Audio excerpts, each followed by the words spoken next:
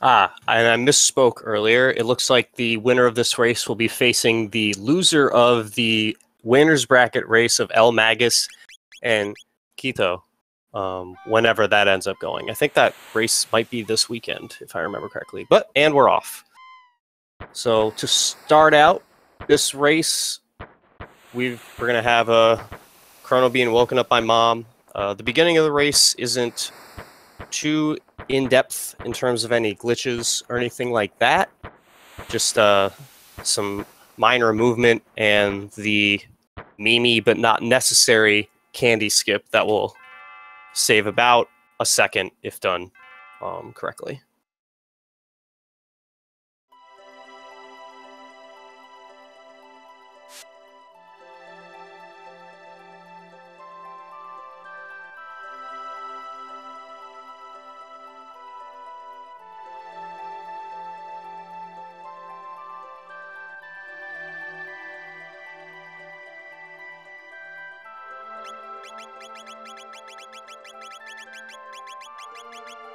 And now we've got both runners changing their menus up later on to skip the Guardian fight.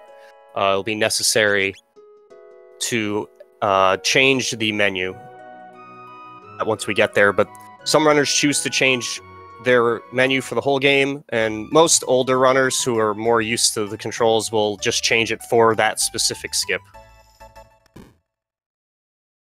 And we got Chrono crashing into Marl. What a jerk.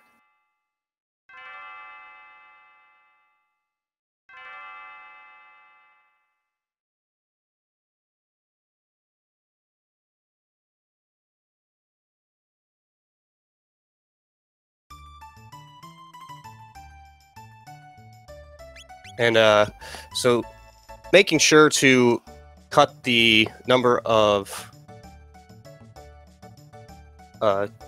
letters for each character down to 1 will help for saving a few frames. It's not as important for the Magus tournament run compared to a full run, but in comparison, it still saves a few seconds in a 2-hour race, so they all count.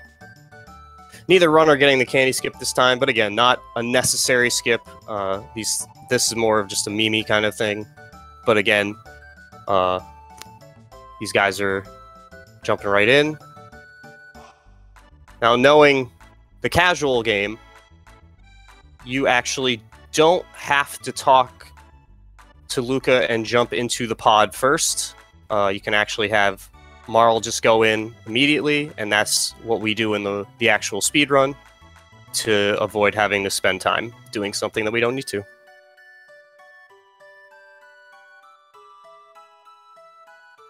And we'll have our first fight coming up. Important to make sure we have the right RNG on these values going forward. The fight itself is consequential. You're not really risking any sort of death in the fight, but for the majority of the run, and for any Chrono Trigger run, it's extremely important to keep all your fights on script. Otherwise, you can have lots of problems. So the runners are going to be trying to stay on script throughout the entire run.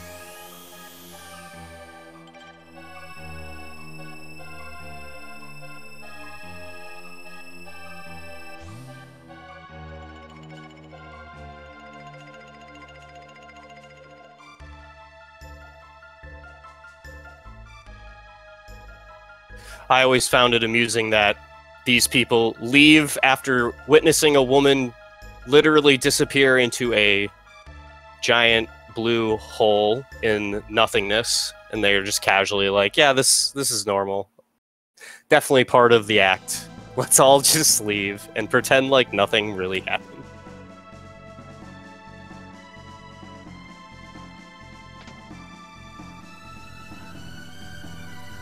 And Chrono, the good guy Chrono that he is, going after Marl, despite knowing her for a grand total of like 2 minutes.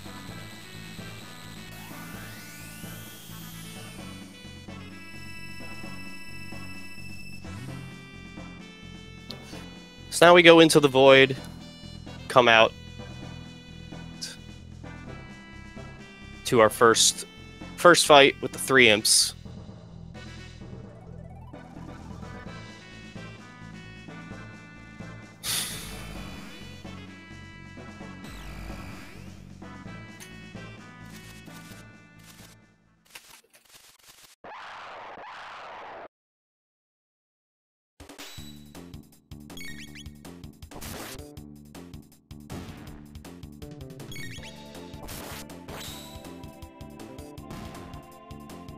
Now, there are 2 different RNG tables in the game. One being just the actual RNG, and then a second table involving the critical hits. Both of these are extremely important to follow correctly. And we've got our first encounter skip of the game. Skip. It's 2 frames that you can avoid the encounter of that bird. Again, it's extremely important to miss and avoid every possible fight that you can to stay on script. Both runners doing it flawlessly. And we just run through the forest here, avoiding all the encounters for now. And then we'll pop into the castle here and have a nice little chat with the quote-unquote queen of the castle.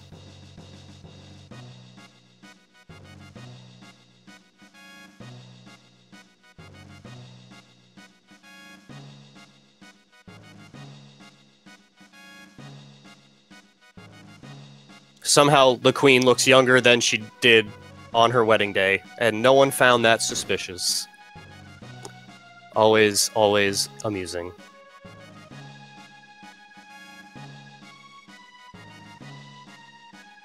We're gonna run in and have the debated entity's first hand in the game by removing Marl from the space-time continuum to have Chrono and Luca meet Frog upcoming.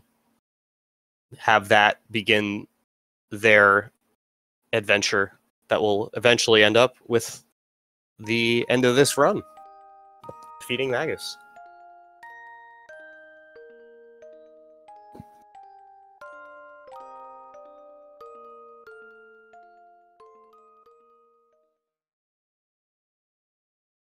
And then upcoming, we'll have once Luca joins the party, the runners will be having a few encounters in the forest to get, most importantly, Firewall dual tech, which allows for the upcoming quad Naga-et fight to be done so much casual run. It's extremely important to avoid their slow kiss attack, as it not only slows down your ATB, but allows Luca, who is already extremely slow at this point, to go even slower on advancing, and just makes it extremely dangerous for the runners if they do not get those two techs that allow them to complete the fight in a timely fashion.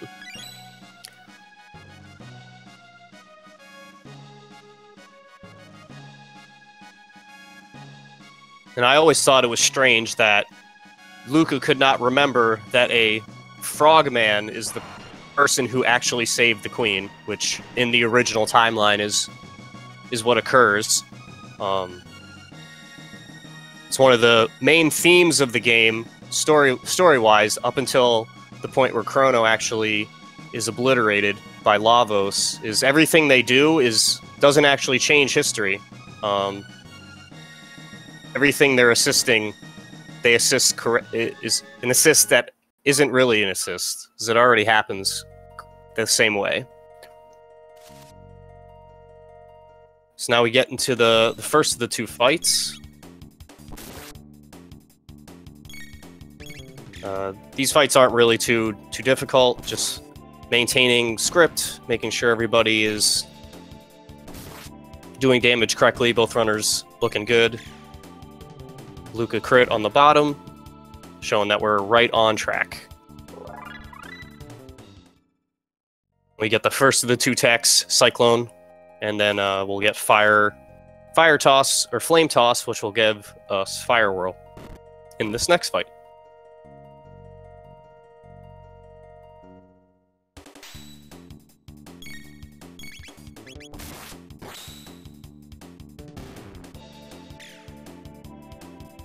And then after the fight, we'll be grabbing the first of 2 power tabs that will be used on Chrono a little later on in the run. Pretty important in allowing Chrono to hit a certain damage value against the first guard in the upcoming escape from the jail. And we got our next casual skip, as I like to call it, as if you just run straight up and interact with the point where the hairpin is, you don't actually have to talk to the nun at the piano to be able to activate it.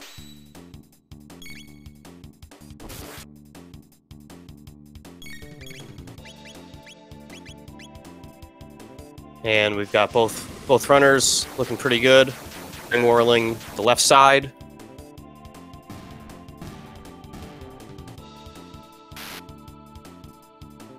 Everything looking good. Both runners. Then we'll have the first of many leveled characters joining the party. Whenever a new character joins, they're usually way over leveled in comparison to the party members that are currently in the roster. Frog being the first of many where this occurs. This is true in the casual run, well as in a speedrun, but it's obviously much more prevalent in the speedrun, where we're skipping tons of battles and boss battles and everything is of the sort. And again, we'll knock Frog's name down to G to get as many saved frames as possible. And the next part of the cathedral is pretty simple, just avoiding some fights. Runners will have the option to grab a revive out of this first chest. It's not a necessary grab, but it's a pretty easy safety that most runners will grab, just because it doesn't cost you any time, and having an extra revive never hurts. And now we're grabbing the second power tab. Neither runner choosing to fade out there. If you want, you can do the fade out glitch. That will be I'll explain that a little bit later once we get to the Jackafur fight. But you can fade out and save a little bit of time there if you want, but it's not an essential fade out skip.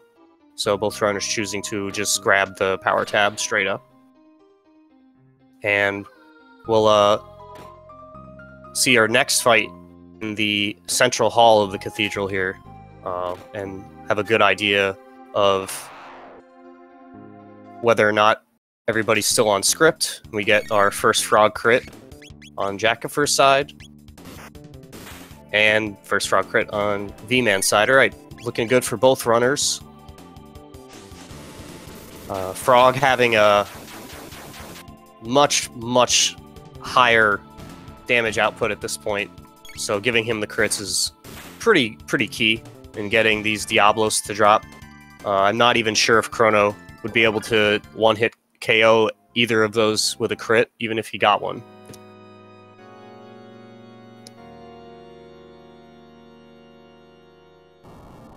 So now we play the piano, open up the back door, and we'll fly back through here, avoiding all the annoying bats.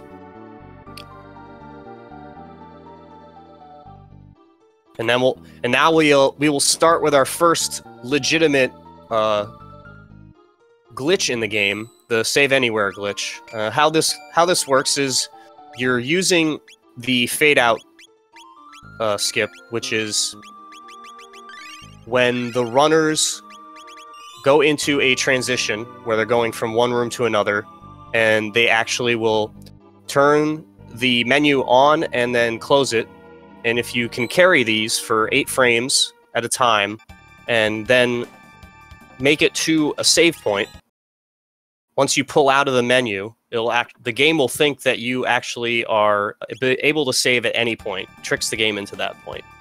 And then we use this fade out skip to use the save anywhere glitch in the next room against Jackafur to trick the game into allowing Chrono and Luca to be able to move anywhere on screen. And when the fight starts, if Yakra is off screen, then the game thinks that if Yakra's off screen, the fight's got to be over. So it skips the boss fight, easy peasy, and we just move on past that. This is a very common skip that will be used throughout the run, and both runners did a great job. And the other part of the run glitch that I didn't get to cover while it was being done is the unequip glitch.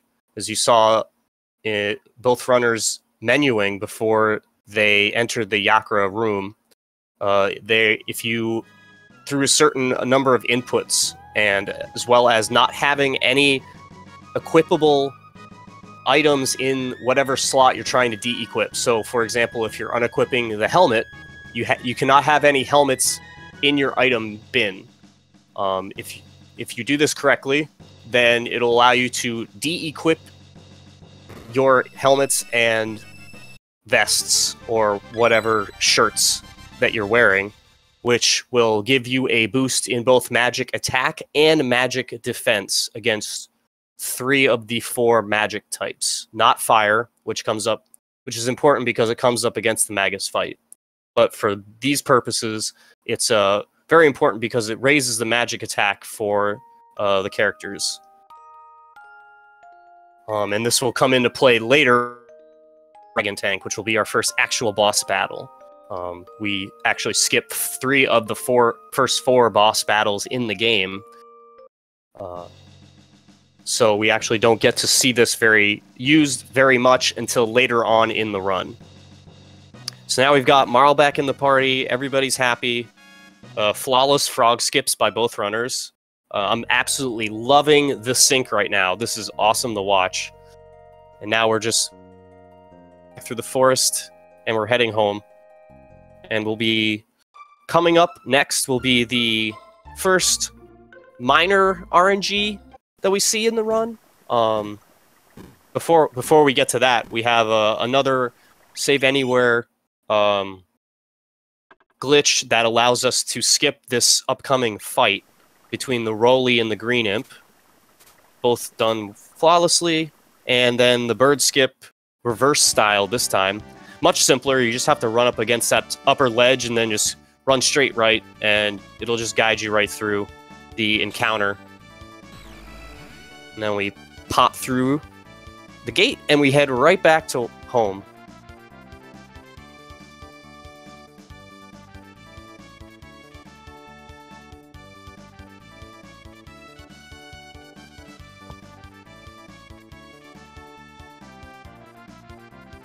Marl asking the tough questions. Why did this gate appear? Who cares? Just go in it. That's what I say. But yes, now we're going back to 1000, and we're going to be dealing with the first RNG of the game, which will be the guilty, not guilty verdict. Based on what things you do during the Millennial Fair, there's, I think it's 6 or 7 different points throughout the fair that allow you to gain or lose favor for the jurors. But since this is a speedrun, we don't interact really with any of those at all. So it comes down to the second juror, which is basically a 50-50 coin flip, if I remember correctly, whether or not he chooses guilt or innocence. And we're actually rooting for guilty, as it saves us 8 seconds. Not a huge chunk of time, but in a 2-hour run, that could be the difference between winning and losing the race. So we'll keep track of that. See how that goes for both guys. And again, the sync is absolutely fantastic.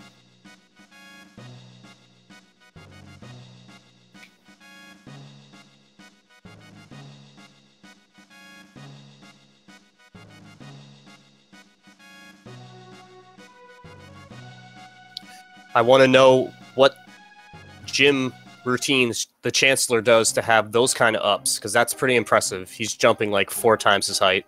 I wish I could do that. I could be playing basketball right now then.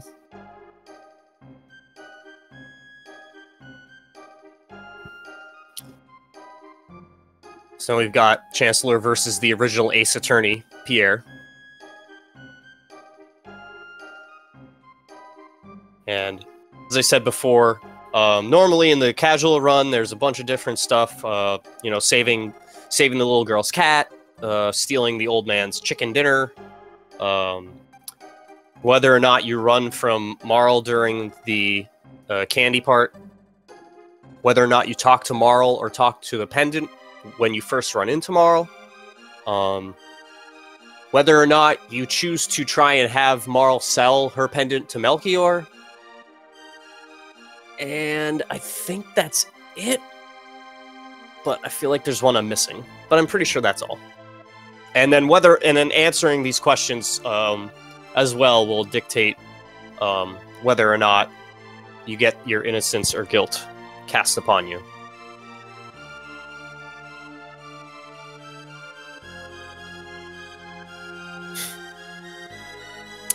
That's very true, Kyle. Although it's Yakra 13. But yes, this is at once you transport back to 1000 from 600, the Yakra the 13 becomes the Chancellor. Although there are some theories that the Chancellor is actually Yakra even before that. But again, that's something more for thread discussion versus race discussion. Ah. So we've got our first differential as Viiman gets the guilty and Jackafur gets the not guilty. So Viiman will pull slightly ahead here as he'll get a little less upcoming text when Chrono is being led through the I forget what the guy's called, but basically the leader of the jail. He'll have a little more text because he'll have a little less text because when it's not guilty, he questions the Chancellor, versus if he actually is found guilty, he will not question the Chancellor.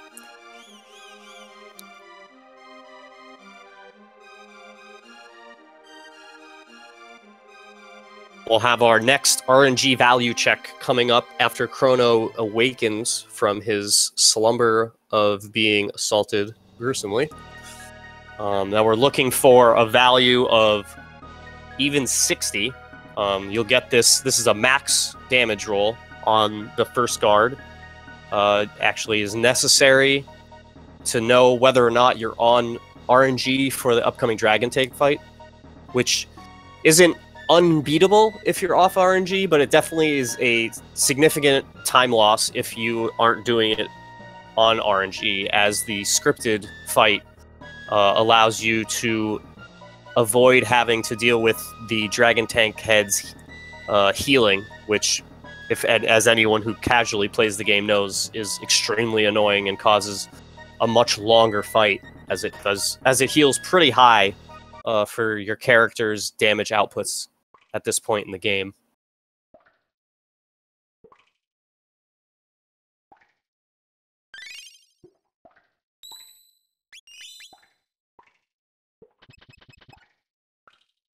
As we see, Viiman jumps slightly ahead. Not too much, not significant. You know, this is still anyone's race, so there's no need to worry. So we'll see if everybody's on point here for their value.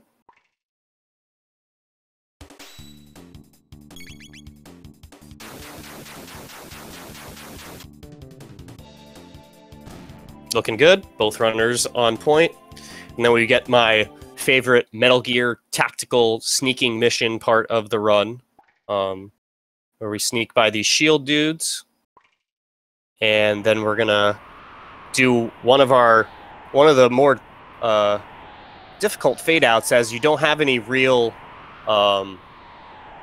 visual cues to know when to stop, because you want to avoid this fight as there's two guards and it's a pretty slow fight.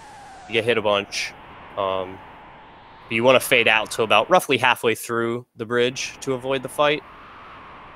And it looks like both runners are, again, flawless on it. And we've got our first of two. Ooh, nice.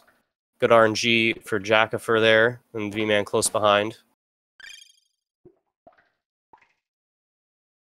Oh, Jackafur got caught there, unfortunately. So he's going to have to use the backup fight for the Dragon Tank. Viiman getting a little bit better RNG with the guard. So again, it's not the end of the world for Jack to have this happen. It's just going to be a little bit slower of a Dragon Tank fight, but he should be fine. Viiman doing another fade out here to avoid this double guard fight.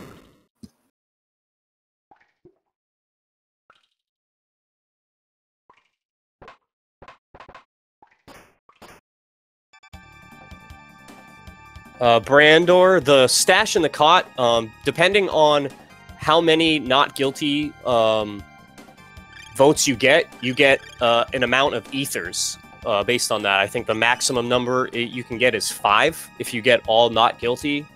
And it goes like 1, 3, 5 if I remember correctly. Yes, Kyle, the entire run is like this, where getting in one bad encounter can just completely throw off your RNG and cause you to have to do either backups or reloads based on whatever fight it is. But again, this fight is not the most difficult. It's just going to be a little more annoying for Jackafur because he's going to have to use the backup of doing the triple fire whirl on the body versus Viiman, which will be able to use the crit values on the RNG table to allow Chrono to do some pretty hefty damage to the head. And being able to kill it before the head can really heal itself fast enough to keep in front of the criticals.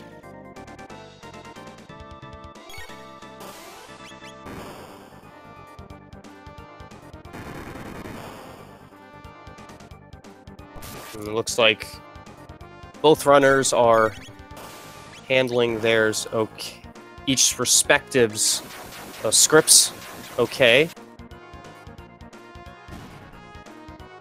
Head going down. Viiman looking right on script. I think Jackafur is going to want to heal after this fire whirl, just to be safe. Nope. Should be okay.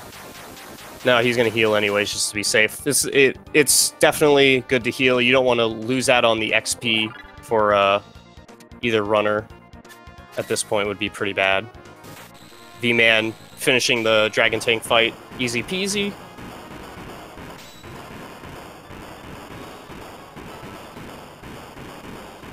And then Chancellor forming everyone's favorite human bridge.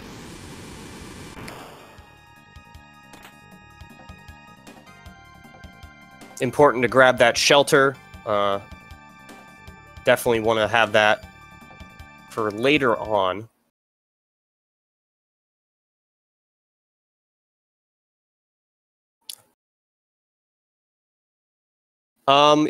Unreal, the next point in the RNG is so far away that you actually get to reload it at that point. So at this point of the string, the Dragon Tank is the end of that string.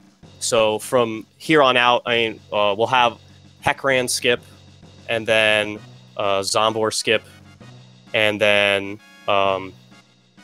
so you really don't. The RNG at that point doesn't have any real relevance. So once the Dragon Tank fight's over, you don't really need to worry about the RNG for a while. It's not up until the Masamune fight that the RNG will be super important again. Or no, I'm forgetting the future. But I am correct in the sense that the RNG table is once the Dragon Tank fight is over, the RNG is not as important for a little bit. Yeah, you'll get a reload in the future that I spaced on.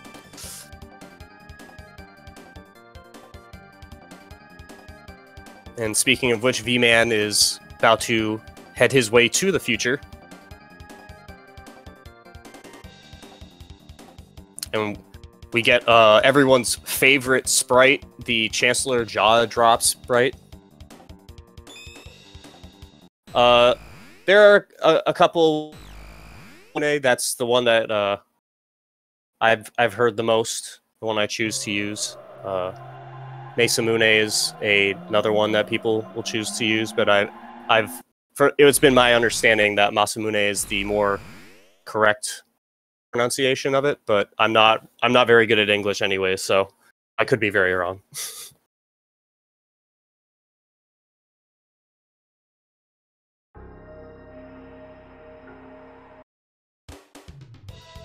And now Viiman has got a bunch of skips coming up that uses a seldom used trick in the game where if you have text box open on screen, you can actually manipulate it to avoid encounters, as the game will not activate any encounters while you have those text box open.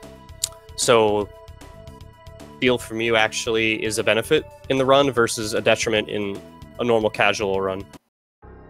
And Viiman gets through Lab 16 nice and smooth. And Jackafur not too far behind. As I said, the Dragon Tank put him a little bit behind, but he's still very much in this race. There's still a lot to go.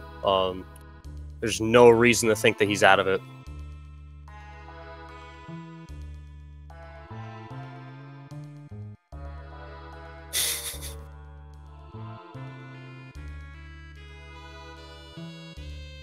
Yeah, again, I honestly don't know if there's an official correct way to say it, but that's always how I've said it. It's from my days of lore. Used to spend a lot of time on the Chrono Compendium, for those who are familiar, debating lore with a bunch of different people, and what the correct pronunciation of Masamune was, and I believe that we had all decided that Masamune was a more correct way to say it, but again, it's like tomato kind of stuff. So Viiman just burning through the Guardian skip. Also, just again another fade out skip. You just fade it out and make it to the edge where the boss fight would be active. And again, as I said at the start of the run, both runners changed their control scheme so that X, normally is what you use to bring up the menu. In the Guardian room, if you press X while that alarm's going off, it will cause a fight, which you obviously don't want. So to avoid that, you changed your control scheme so that menu is a different button, so you don't have to press X, and then you don't activate the fight, and then you can still do the fade out glitch. Viiman catching the rat. Good job. And Jackafur getting the skip as well.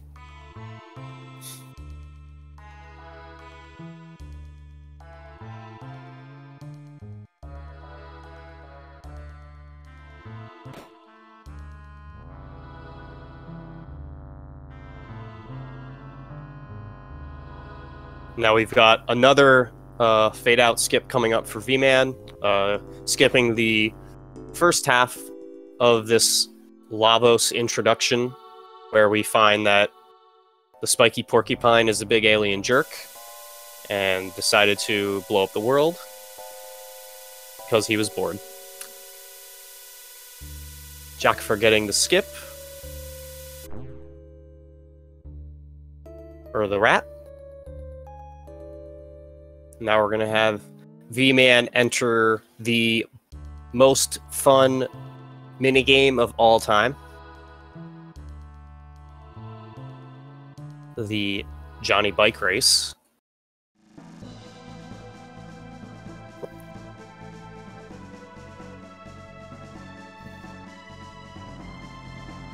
These guys are going to high five here on the grading platform. A very common high five area of the run. Jackafur getting the skip perfectly. Viiman getting a little bit of an annoying bug room, but that's alright. He still slides through it pretty smoothly. Having to be patient with the rats, but always a good idea to be patient.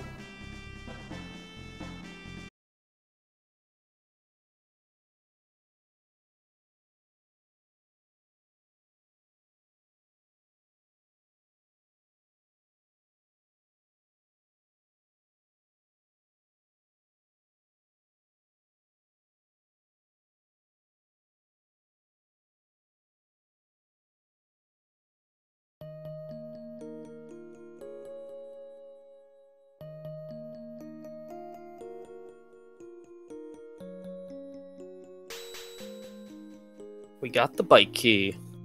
We are good to go. And Jackafur getting a little bit better of a bug setup there, which allows him to be able to run right past the rats. As you could see the difference there. Viiman didn't have to wait too long, but that cost him enough time so that he wouldn't be able to get past the rats. Now everybody cheer for the man, or just Johnny for you lowlifes. Now we'll see. I'm not sure if either runner likes to actually race Johnny or if they do the more safe attempt where they just kind of float along and then go for the boost at the end to make sure they don't lose the race.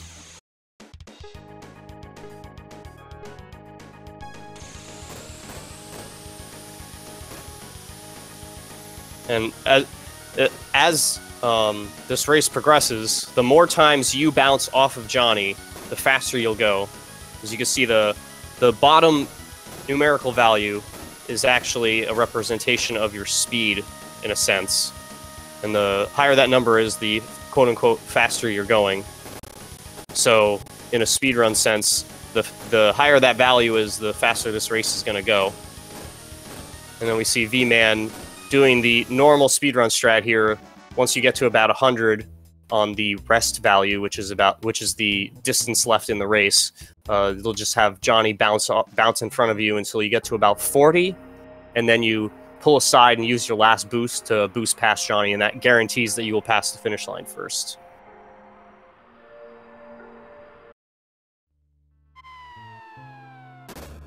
Now we'll see.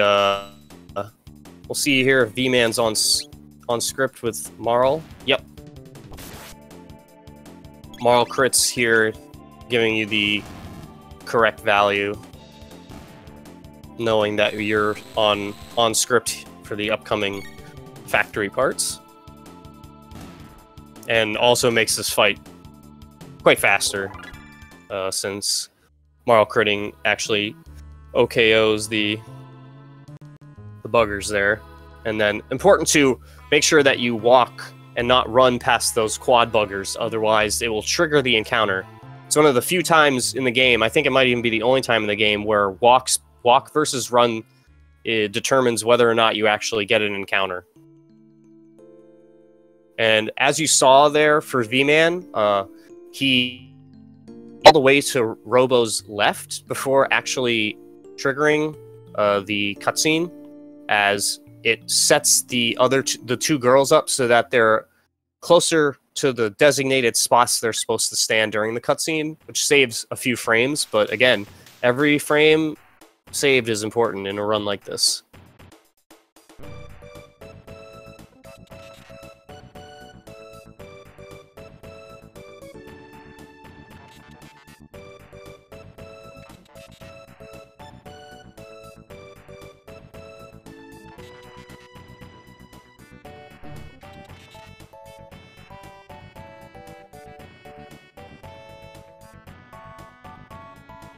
Now, Viiman choosing to not adjust Robo's name. This is because in the Defeat Magus run, Robo's name is brought up so infrequently that it's arguable that changing his name actually costs more time than it actually saves by dropping it down to one character. So Viiman choosing to just run with just the vanilla Robo.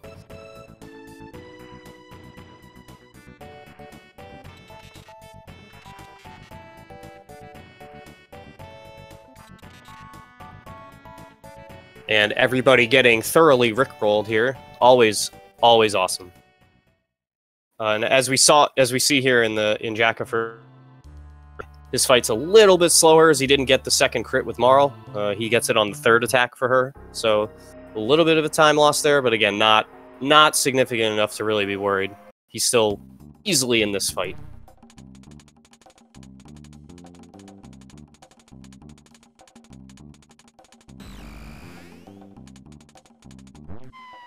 And here's our next casual skip coming up here, as you can inside of the factory if you already know the password to deactivate the security system, so you don't have to go through the whole extremely long and tedious section where you're going through the barrels and the production line and having to fight all the robots in each little cavernous area in between each line of the production.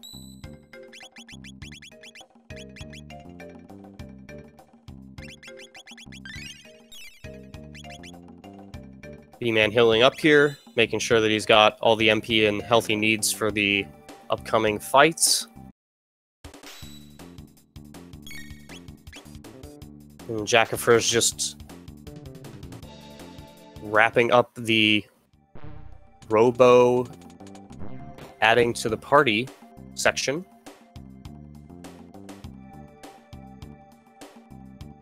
And we'll see our second real RNG of the game here as we get the slime fight. Now, you have 5 slimes. You can get anything from 5 greens to 5 oranges and everything in between.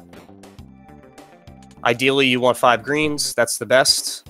Viiman getting a rough value here as he gets 2 greens in the middle. Anytime you get a green, anytime you attack a green slime and he's near an orange slime, counterattack that deals a very significant amount of damage to your team. So it's important that you try and avoid having that happen if possible. But you also want to make sure that you're using your cyclones and dealing as much damage as possible. Normally you try and take out the green slimes first and then finish off the oranges after that.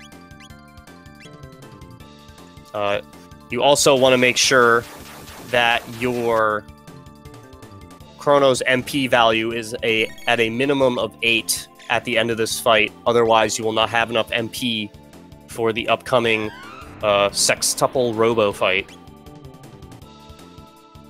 So this should be the last Cyclone that Viiman will use, getting average, if not a little low, for his damage values so far in the fight.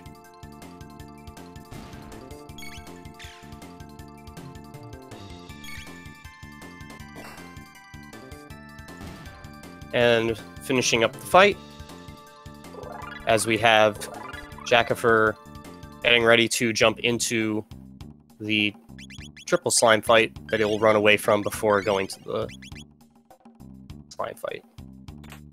So Jack has a little bit of an opportunity to gain some time back here if he gets a better slime roll.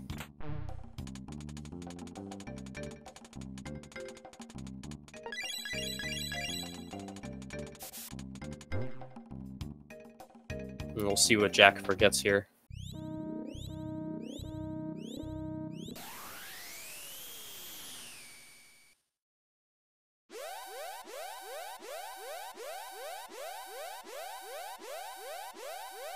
Jackafur getting a little bit better.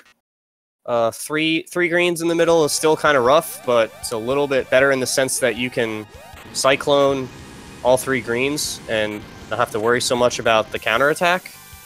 Actually, being able to get the orange in there was pretty nice. And getting pretty good damage rolls, too, on the Cyclone and Robo's Rocket Punch. So, if he gets some good rolls here, he might be able to jump ahead, gain some time on Viiman.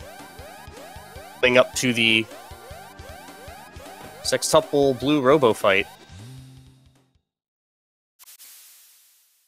is dangerous in the sense that if you are not quick on the Cyclones, you can have a very dangerous time as these guys' attacks deal a decent amount of damage, and there's a lot of them.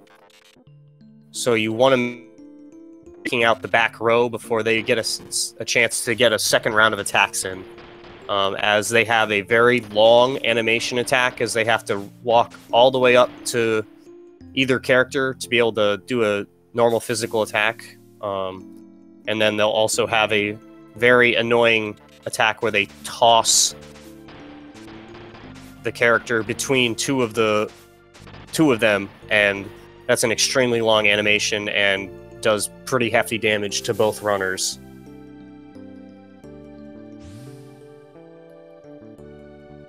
So we'll see if Viiman can get it off right. The normal one. The normal script is Cyclone the first 3, Cyclone the back 3, Cyclone the back 3, Cyclone the first 3. That's what we're looking for here. We'll see if we can get it.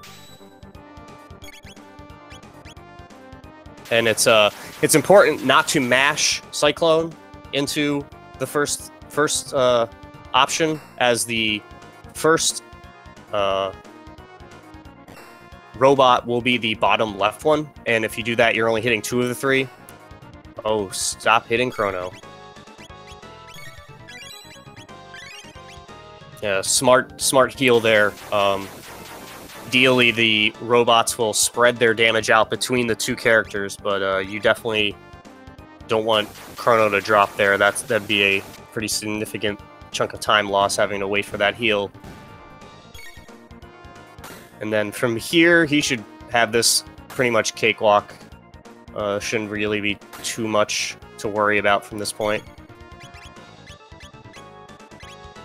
Nice job there. Easy peasy R-Series fight for Viiman, as Jackafur is right about to start his fight.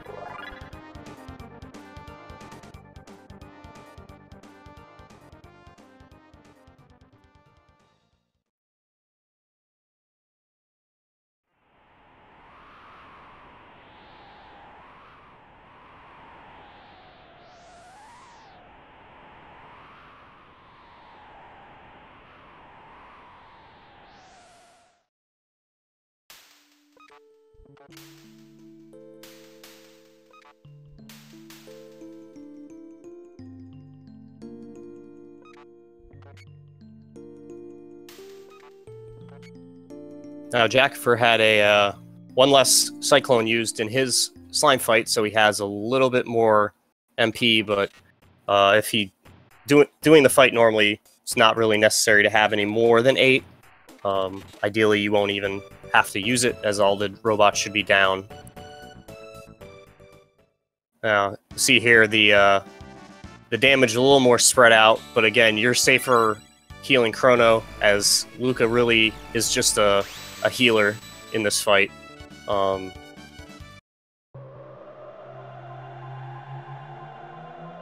Just keeping Chrono alive is way more essential. But you don't want her to die. Oof. Oh, that's too bad.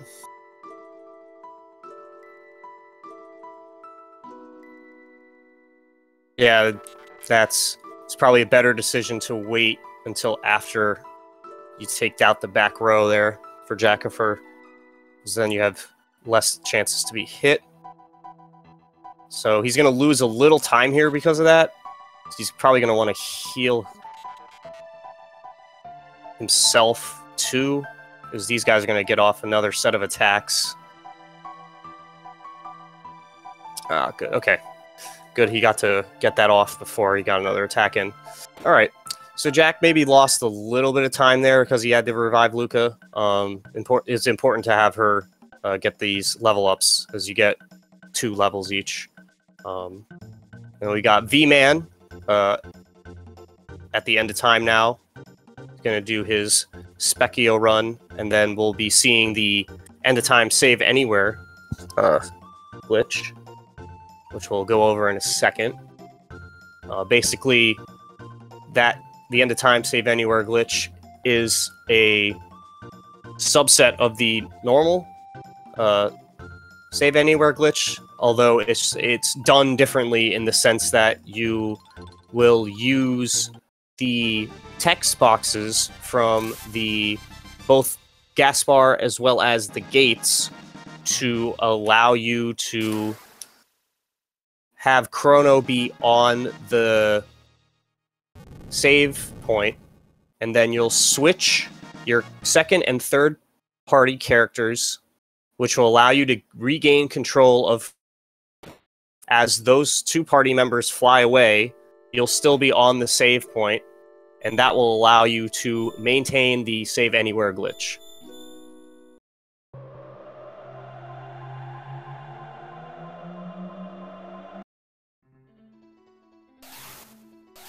It seems like Viiman is choosing to go for the save anywhere backup, which will be in the cathedral.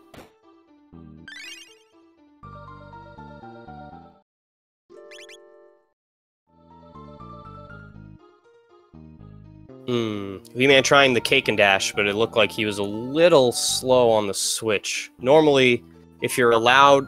Normally, in this section, if you switch your characters, as similar to what I was saying with the end of time save anywhere glitch, you can actually grab that cake and then run away without having to listen to the imp discuss the history of the mystic's distaste for humans.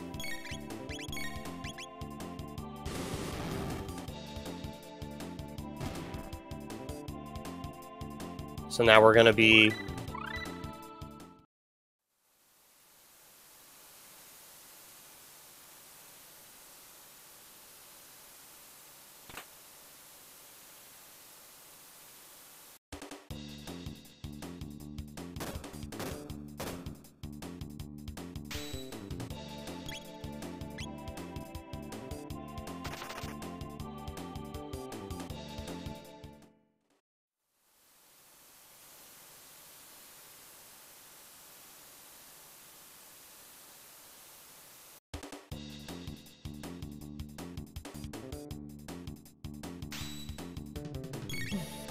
Sorry about that.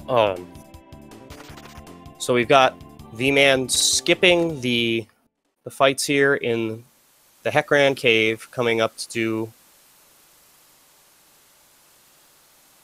do that. He's trying to... Yep, good job. Doing the fade out there to avoid that first encounter. Oh, could not avoid the bats, though. Not a big deal, just caused a little bit of time to run away.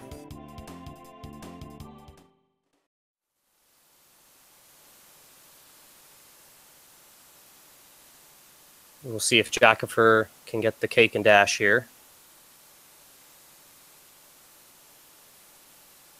Yep, yeah, you got it. You can see there the Chrono slide showing that he got the skip correctly. And does a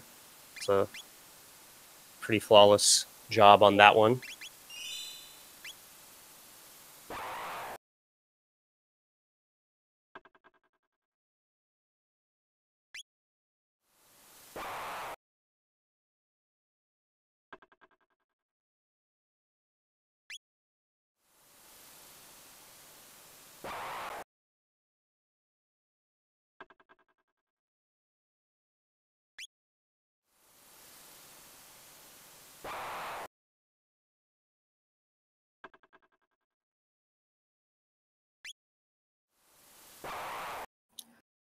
Now, Viiman's doing probably the hardest of any of the skips, as the Heckran skip is a very difficult one that has a very small number of frames that you can actually get to skip. And he does an excellent job. And it's, again, very similar to Jackafur, where you just load the game in a... or save and load the game at a point where you normally wouldn't, and it thus tricks the game into thinking that if the boss is off screen, you don't have to fight him. He's already dead.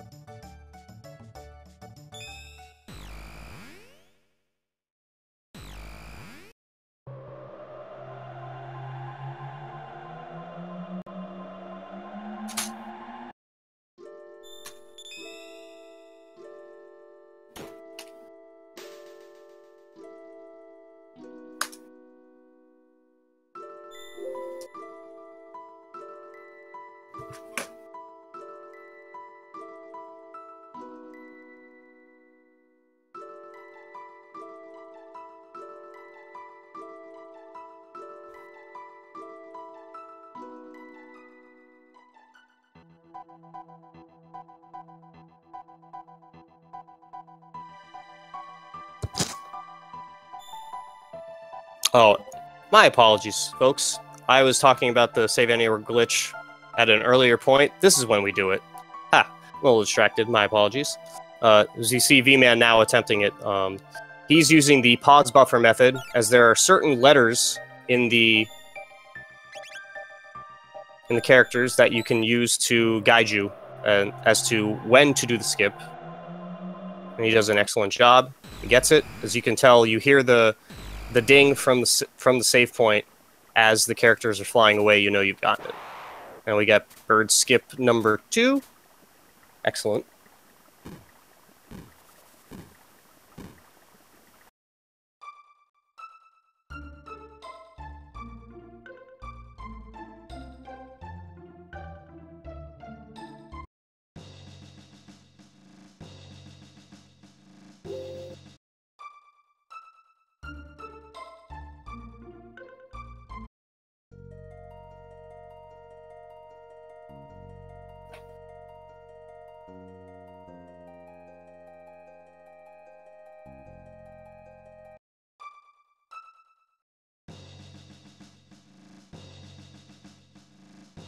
We've got Jackafur on his attempt. And again, switching characters regains you control of Chrono. And then he looks like he got it too. Hard to, without the ding, can't technically confirm, but it looked good from here.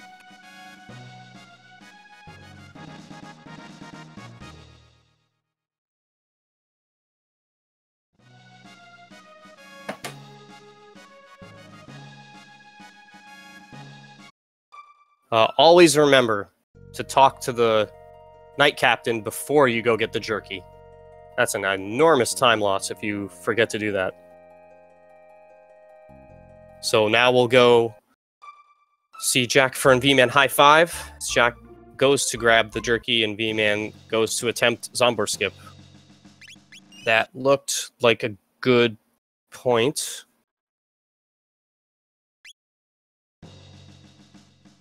That looked a little early. We'll see if that was good.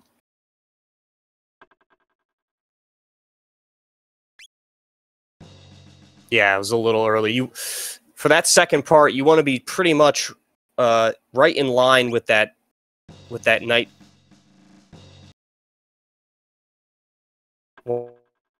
Reload. That you want to be pretty much even with him. There we go. That looked clean. So Jackafur has another opportunity to gain a little time back. If he can get these on the first try.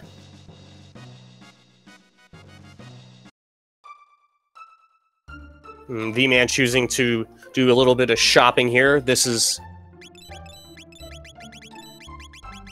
usually done here, although it's not essential to be done at this point.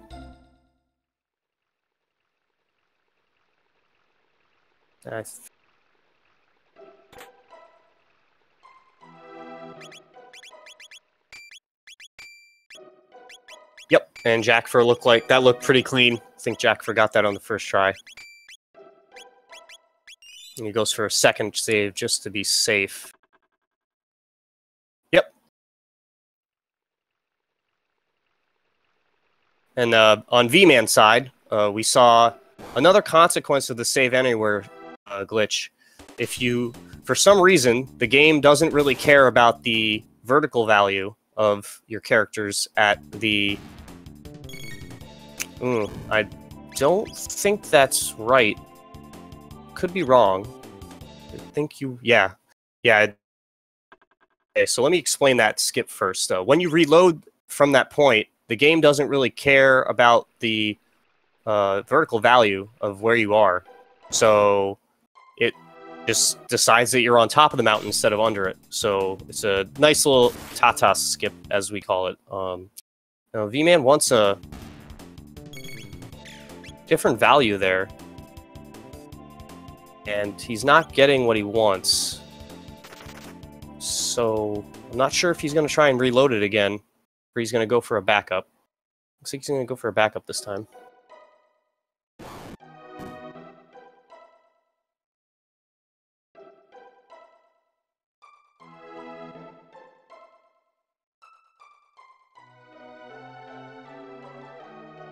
So we'll see here if this affects their fight with Masamune.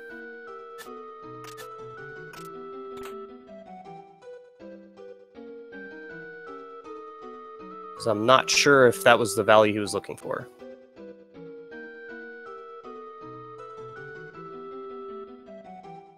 Both skipping these fights pretty essentially. Ooh. Viiman not getting that skip either. Unfortunately, it looked a little too high there. Jackafur is going to be pulling ahead.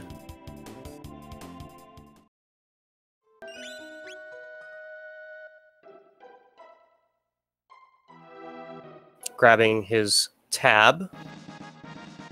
Actually, never knew about that tab until I actually watched runs.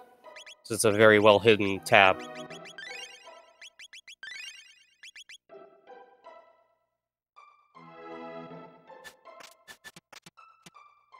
Yeah, Viiman reloading at that point. Jackafur getting past the bird. Always important. And now we've got...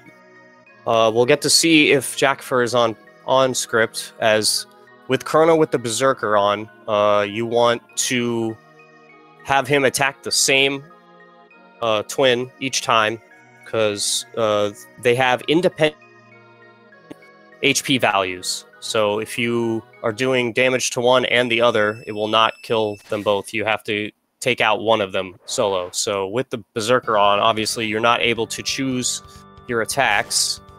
So as long as you're on script, Chrono will attack the same, being Masa in this case, and he'll take him down pretty quickly on script. So it looks good so far. There, an old script where it used to be much more difficult with this fight, but now it's a little bit easier. Used to use like Hypno Wave and putting him to sleep. It was all sorts of awful. Oof. Yeah, Viiman looks off. He's got Chrono going between both characters.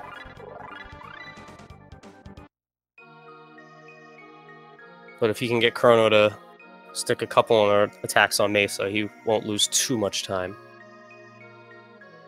Jackafur getting into the second half of the fight.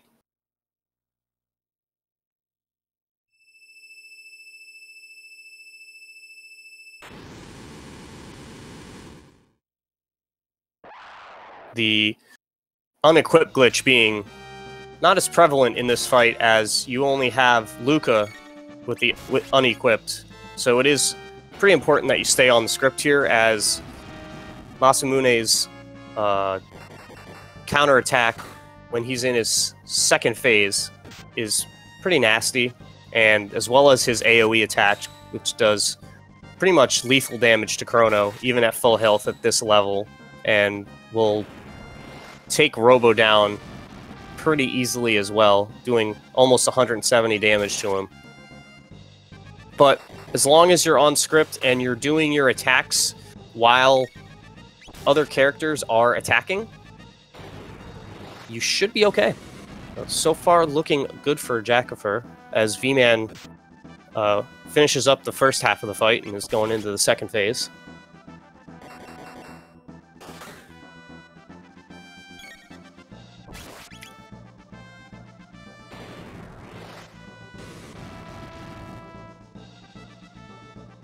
If you're on this right, he should not get into that counterattack phase.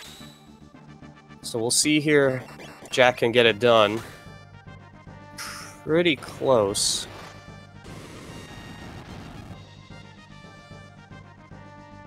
Because basically what you're doing in this fight is kiting him between the two characters by attacking him at the right times.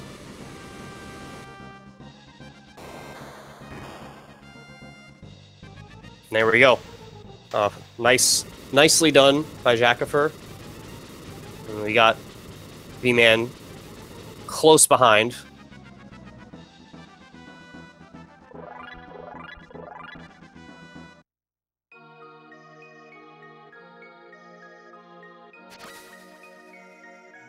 As you can see here, because Viiman's off script, he is now doing his counterattacks. So he'll have to spend a little time healing. He doesn't have anybody drop.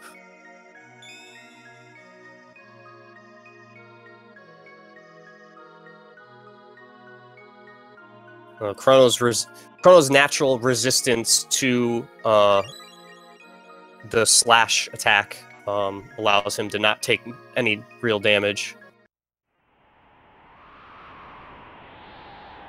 So hopefully Viiman will be able to get through this without any serious trouble. As you can see, Robo taking a pretty hefty hit from that yes indeed counter or AoE attack.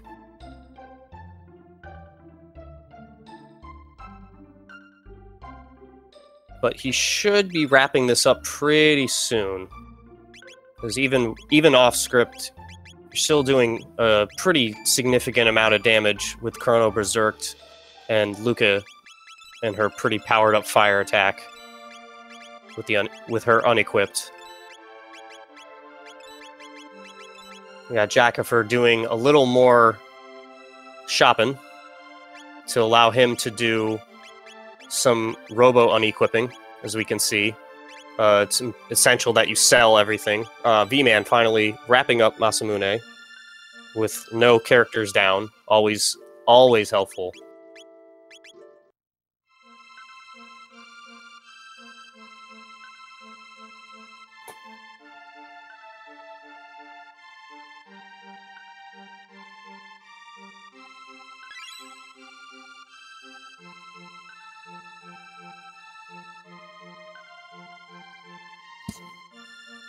And now we get our first attempt at a new sighting. No new yet on Jackafur's side.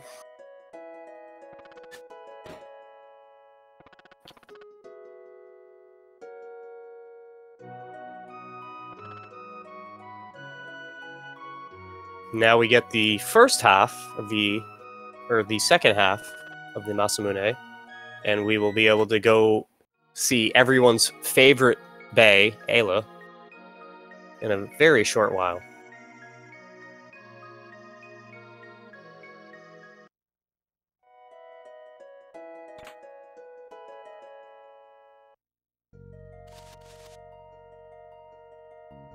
Oh for 2 on Jackafur's side for the news, unfortunately. As Viiman is doing his own shopping and will now do his unequipping as well. And as Jackafur heads towards the 65 million BC timeline, we'll have Viiman go and get his second half of the Masamune after grabbing the hero medal from Tata. You notice some switching characters there. Robo has a little more text in the scene where they get the hilt of the Masamune from Frog, so you switch them out to save some frames there. And as well, with the upcoming reptite fights, you'll have the girls be a little bit faster of a fight than if we had Robo.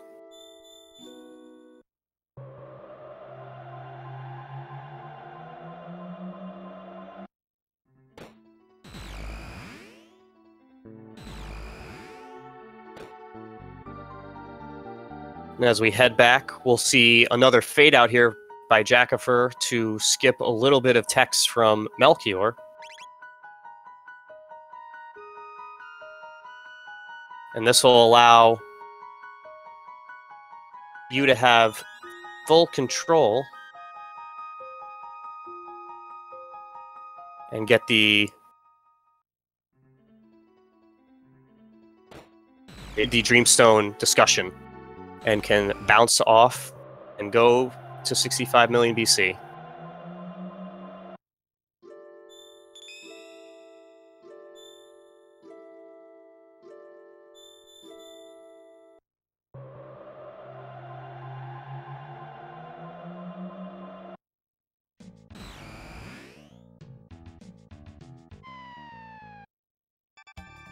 And we'll see here on Jackafur's side,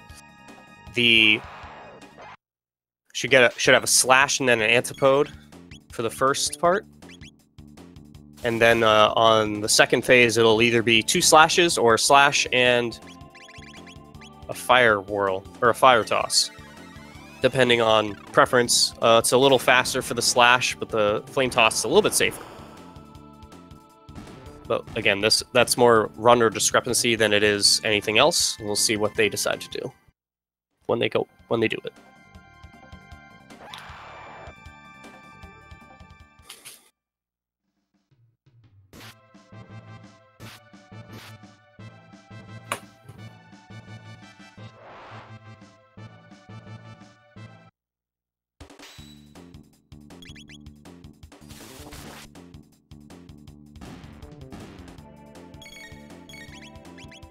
Jackafur going for the double slash and getting it easy peasy. It's always a little dangerous when Luca is that low on health, but you know, again, like as I said, it's purely runner discrepancy there.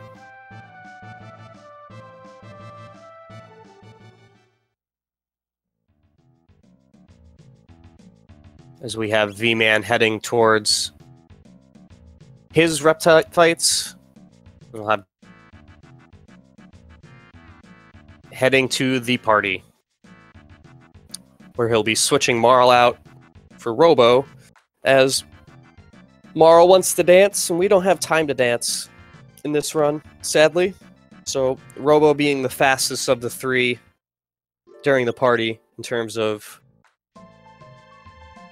the dialogue, because he doesn't really say much, and gives you a pretty quick transition into the soup chugging event.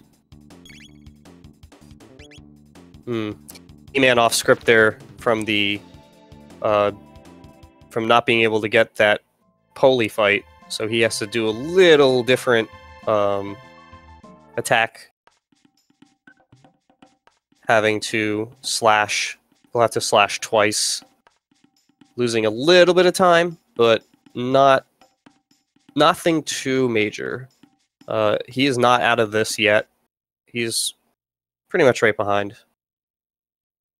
We'll probably do the fire toss instead of slash here to be safe. We'll see what if you're off script, the reptites kind of just go wherever they feel like, and it doesn't allow you to have the lines that you get when you're on the RNG.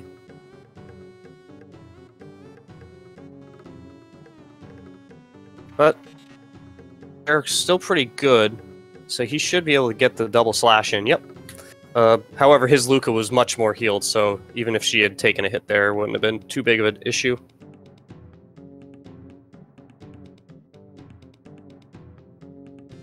As we see on Jackafur's side, he's already getting the challenge from Ayla.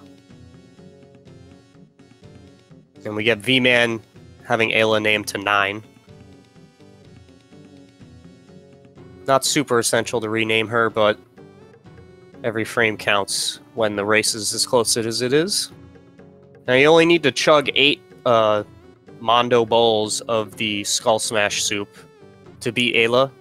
It's not a timed race, as some may think it is.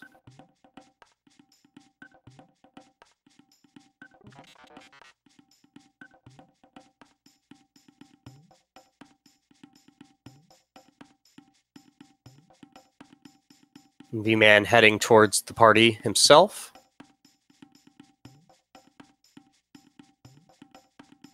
While Jackafur will head to the forest maze and do his encounter aversion throughout the entirety of the forest maze and head into the Reptite lair. This part of the run is not super difficult. Not really any skips. There's not any glitches to take advantage of. You're really just kind of avoiding all the encounters you can. Really, the only skip is this part here where you're skipping Kino's whining about stealing the key, the gate key. But that's a very easy fade out, only a couple of fades, and pretty consequential. Jackafur flies through.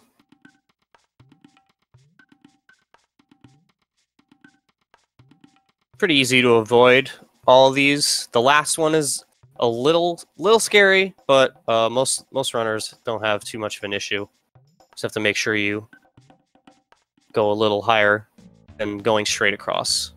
As we enter the Reptite lair on Jackafur's side, Viiman's wrapping up his soup drinking race.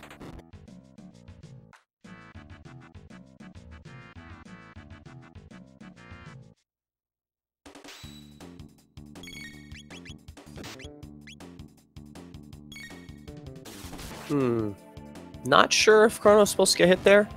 Could be wrong, though.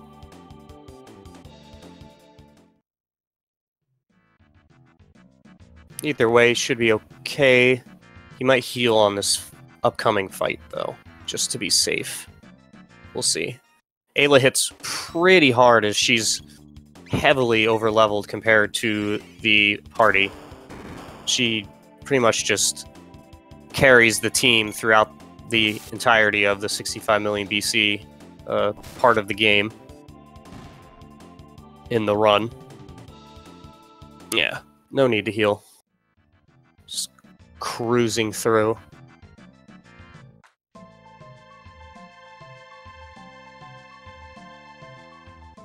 Ooh, Jack getting caught by the Reptites here. Not ideal.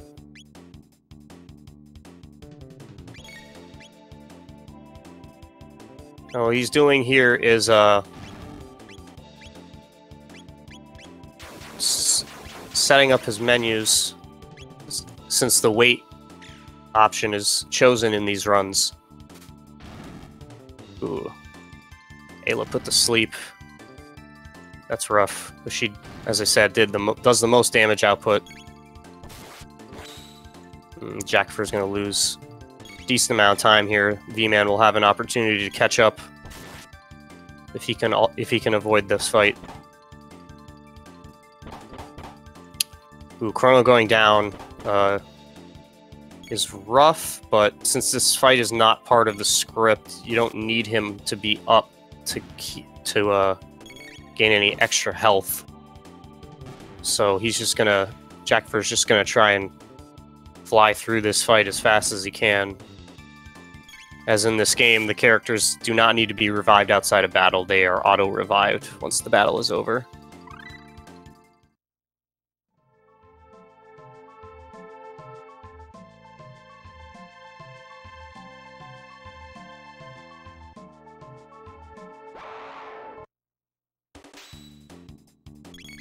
So Jackafur back on track.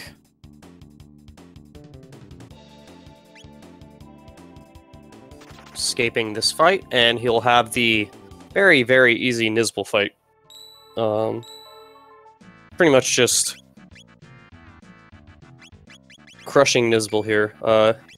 Doing a little menuing, giving Ayla's Berserker and stealing her Ruby Vest, which helps prevent her from taking a ton of damage from the lightning counterattack that Nizbal has, as well as the Ruby Vest is used later on in the run on not on Robo, sorry, it's put on Frog for the portion of the Magus Castle.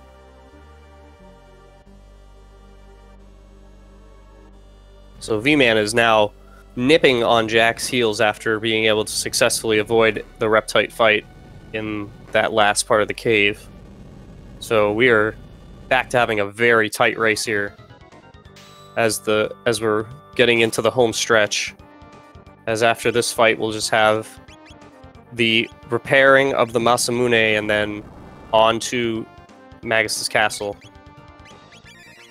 But as I was saying about the Nizbal fight, this fight is pretty simple. You're really just hitting Nizbal with lightning and then just pounding him with your best attacks, your fastest and most heavy hitting. Ayla just being equipped with the Berserker and doing really hefty damage in comparison with your characters, as her crits are doing almost 450 damage and her normal attacks are doing more than Chrono's regular slash attack, as well as almost doing as much as Luca's fire attack. Now we choose slash here over lightning for the purposes of speed. Slash animation is a little bit faster than lightning, so you want to go with that just because it's a little bit faster. Now if this is timed correctly, Jackafur will be able to avoid the second lightning attack, and he'll actually will be killed before he can get his second one off. So we'll see if Jack got that done or not. Meanwhile, Viiman is very close behind. Looks like he's actually on scripts, getting the crits that I was talking about. Jack's gonna lose some time because of the fact that he fell off script and not getting the criticals from Ayla that you would be normally getting if the fight was scripted. So he probably will end up getting that second lightning attack, just because he's not getting the number of criticals that you want to see from this fight. But again, you're not worried about this fight in terms of like losing people or being wiped. As you could see, his counter lightning attack is laughable at best. Viiman taking down Nizbal in short order and taking the lead again.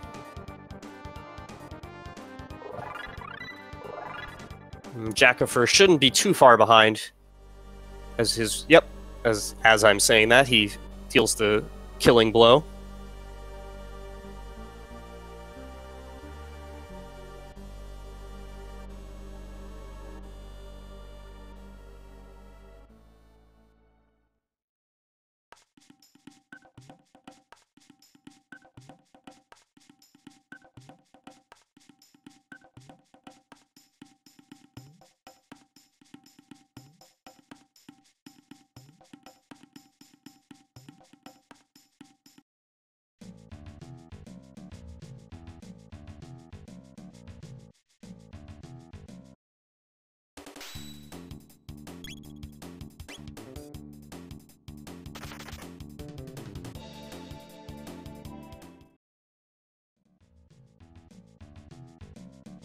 So now we have both Jack and Viiman leaving 65 million BC for the entirety of the run, making sure to grab that Berserker as Ayla ends up keeping the one that's on her, so you don't have the opportunity to de-equip her after the fight, as she leaves the party immediately at the end of the Nizbal fight. And that Berserker is extremely essential in the Magus Castle parts of the fights, or the flea part of the Magus Castle fights, as well as the slash fight. So we'll visit Melchior one last time here to grab the completed Masamune, and we'll see here. Another fade out. This one skipping a little bit more than the last fade out that we did with Melchior, as it'll allow us to have reign over our characters again. Switching out Robo here allows us to be able to avoid whichever character normally would be helping Melchior. It'd be either Robo or Luca, depending on who you have in your party. But again, switching out the characters at that point will trick the game into thinking that Robo's still in the party and is helping Melchior out. But since he's not actually there, we don't get any of his text. So that helps us fly through this part a little bit faster. So saving the frames.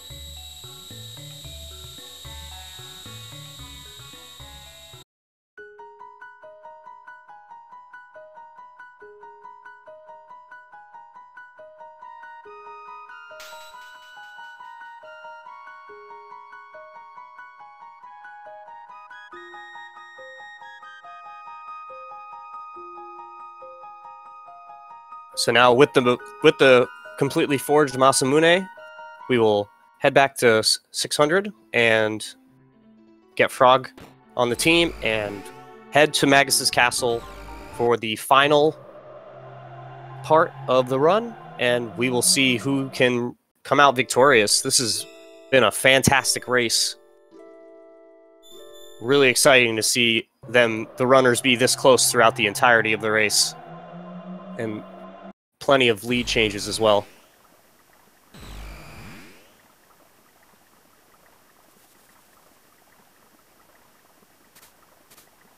And Viiman going to the last of the bird skips. This one not as super essential as the other two. Is it? Oh, there we go.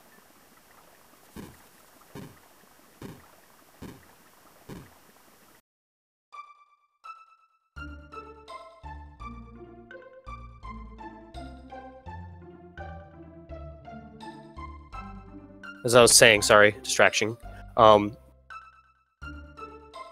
That last bird skip isn't as essentially important, as you can just reload outside of Magus's castle if you lose the RNG there.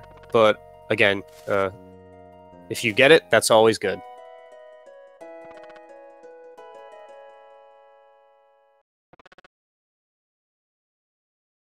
Unfortunately, 0 for 3 on both sides for news right now. I'm pretty sad, especially considering that we had the triple new in the last race, I should say.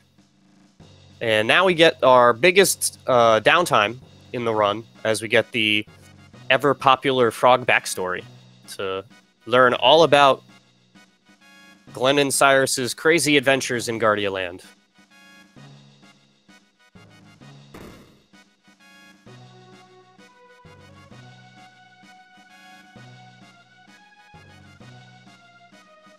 And as we proceed through this extended flashback, I'll have to say, please follow the runners. These guys are awesome. Give them shout outs. Tell them what's up. Tell them they're great, because they are. They're giving us quite the show. This race is awesome.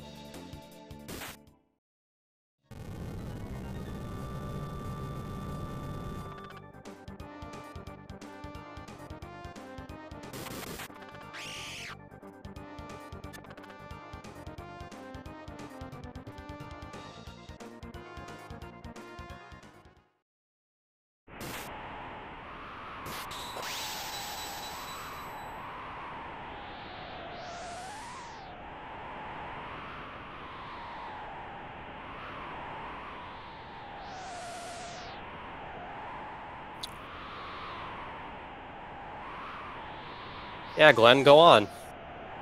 Go. I would love to see Magus's tech sheet at this point in his life, because I feel like that tech sheet would be full of crazy text that he just doesn't have. Once he actually joins up with the with the party much later on in the game.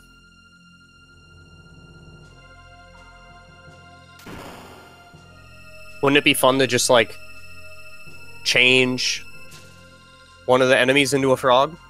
That'd be hilarious.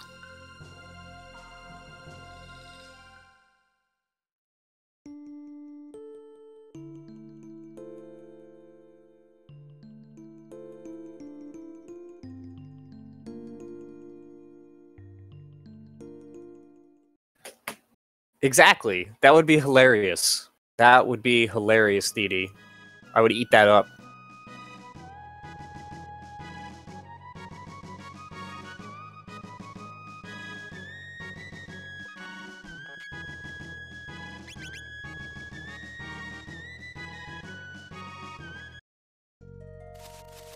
Let me get our last attempt at a new sighting. Viiman going 0 for 4. And we'll see if Jackafur can get one in there.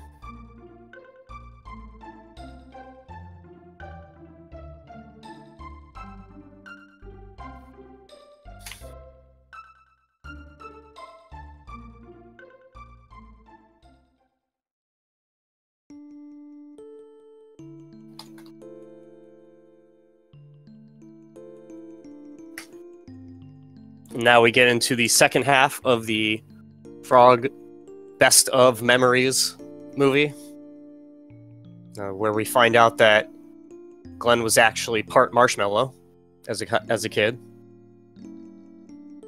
which I find to be disturbing in many ways, but, you know, I'm not one to judge.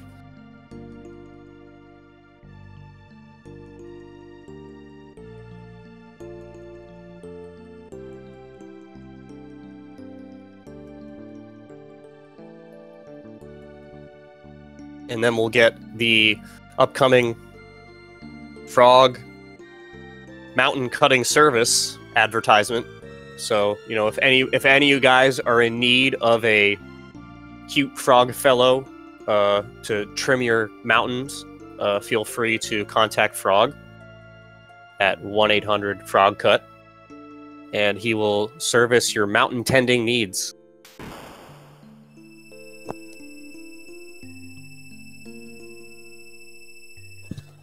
Viiman, you're missing important lore here. It's very sad that you're not focused on all this important dialogue.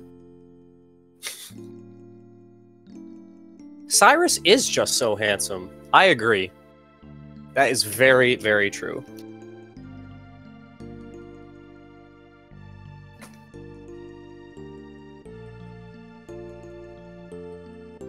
I always love the rumors way back when this game came out that Cyrus was an actual intended member of the party that had to get cut because of the limitations of the SNES cart memory. And they couldn't handle having another character. That was always something we'd like to throw around as to who an extra member of the party could have been if they could have had more.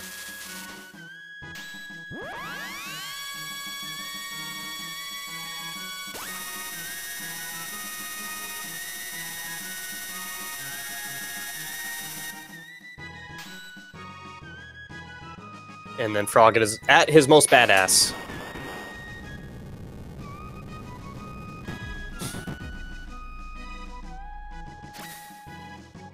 And again, this is so tight right now. Like, let's see if I can get this timing right.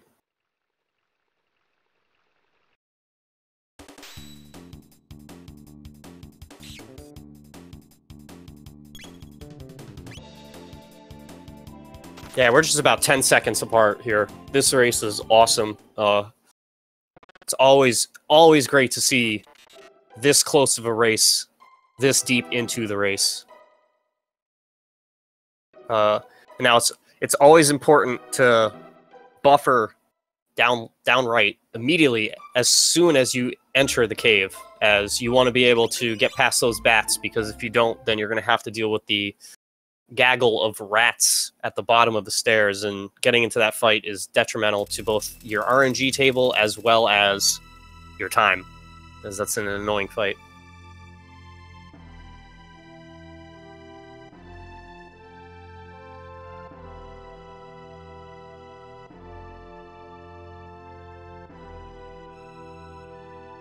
And now we get to the Magus Castle tour. Before we get to any actual battling, we'll get our another RNG value coming up with the first fight that we get here with everybody's least favorite lovable loser, Ozzy, telling us that we have 100 baddies we have to fight when he is, as usual, incredibly incorrect in his assessment. We will be skipping the vast majority of the baddies in the castle. But first, we gotta check out the first floor of Magus's digs, the sweet red carpeting and auspicious random candelabras.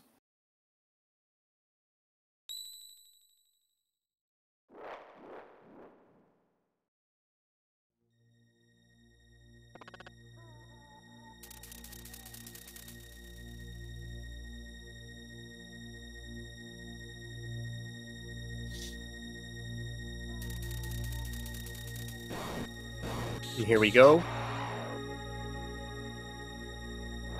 We'll see another unequipped, overpowered magic attack here.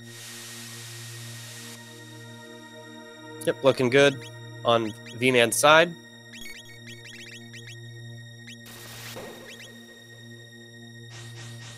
And Rocket Roll will thoroughly destroy all of these baddies in one hit, thanks to the unequipped glitch, using only Robo's magic value, as the dual tech is Cyclone and Laser Spin. It only would use Robo's magic, and as the de-equipping by Viiman goes through, we've got Jackafur also plowing through the first ring of baddies. Now with Frog equipped with the Berserker, this will take care of the Imposter Flea. And then we will get the real Flea, which this is a quirky fight that is always fun to watch, as you get to basically skip the entire fight because of the way that that Flea's targeting works. Is that when Frog attacks her, or him, I should say, I apologize. As Frog attacks him, it resets his targeting, and basically the way that their ATBs line up is that Frog will continue to do this throughout the entire fight, and then you get to avoid all of Flea's nasty, horrible attacks with the counters and the stairs and the chaoses and all the horribleness that ensues on a normal casual playthrough of this game, where this fight is just a slog, to say the worst. And as you see here, it's a good time for the runner to nibble on a snack, get a drink, stretch his legs, do a cartwheel or two, have a nice conversation with his mom, whatever you feel like doing, because you got time. You're literally just putting the controller down, letting Frog go to work, and then at the end of the fight, you'll have to do a few inputs, but for the most part, this is just Frog doing work.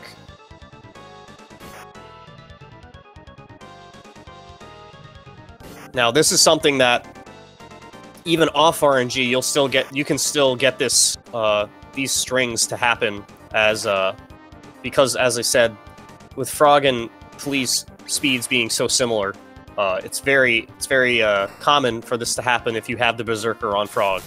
You'll see even in glitchless runs that the runners will have this happen unintentionally.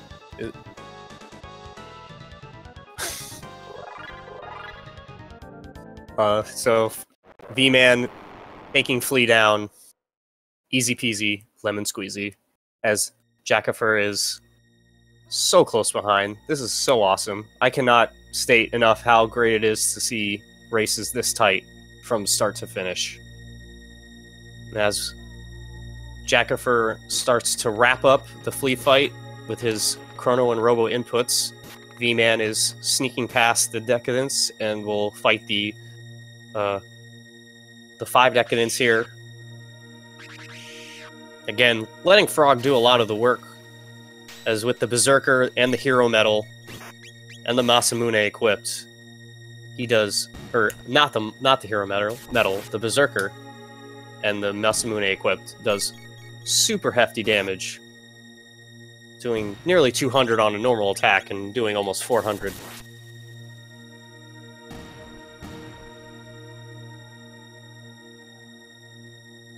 Now we've got the slash fight coming up, and now the slash fight's a little more difficult because we don't really get to take advantage of the unequipped glitch as much, since Slash's fights mostly are physical attacks.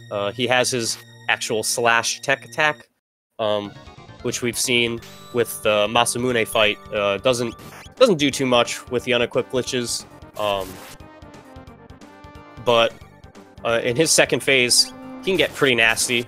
But with the RNG on point and the script that we have routed out, he's pretty tame. You don't have to worry too much as long as you stay right on script.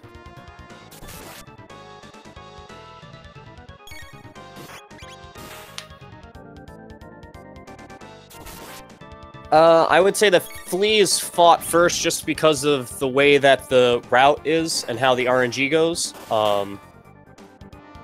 But in terms of if you're asking why it's Flea first instead of Slash first, it would be my guess that you want to have the RNG set for Flea before you have the RNG set for Slash. But I'm not super duper familiar with how the routing was done for this part, as it's been changed time and time again. Magus's castle has been routed differently over the years.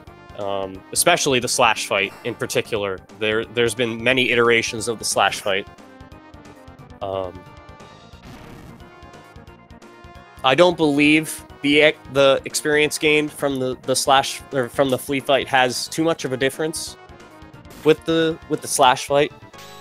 I believe it's just mostly a matter of just how the routing works and how it's a little bit easier to do flea first and then come in and deal with slash second.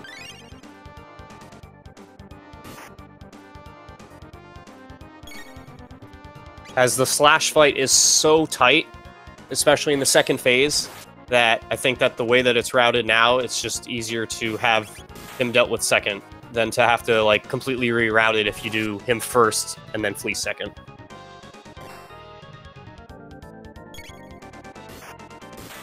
Because we have Viiman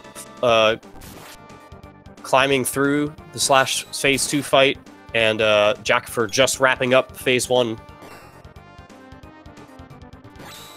As we can see again, with the unequipped glitch, these slash tech attacks are laughable, doing under 10 hit points of damage. Not even worth worrying about.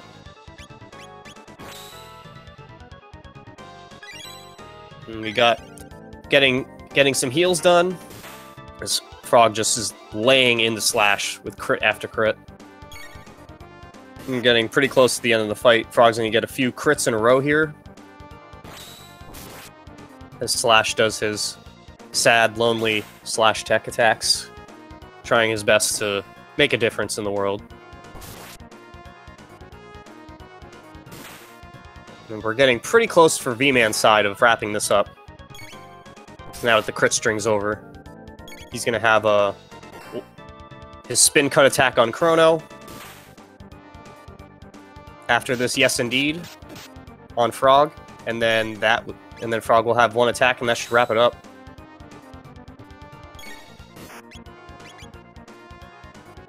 And there we go. Viiman doing the work done on Slash. And then we'll grab the Slasher 2 and head on out and go towards the upper levels of Magus's castle, as Jackafur is just so close So close, as he's going through the frog crit string right now. It isn't that Slash is weak, Kyle. It's that the way that the fight is manipulated, he does not do all the crazy yes indeeds and spin cut attacks as the damage that he does from his physical attacks are avoided by the way that the run is routed, and his Slash tech attacks are weakened severely by the unequipped glitch.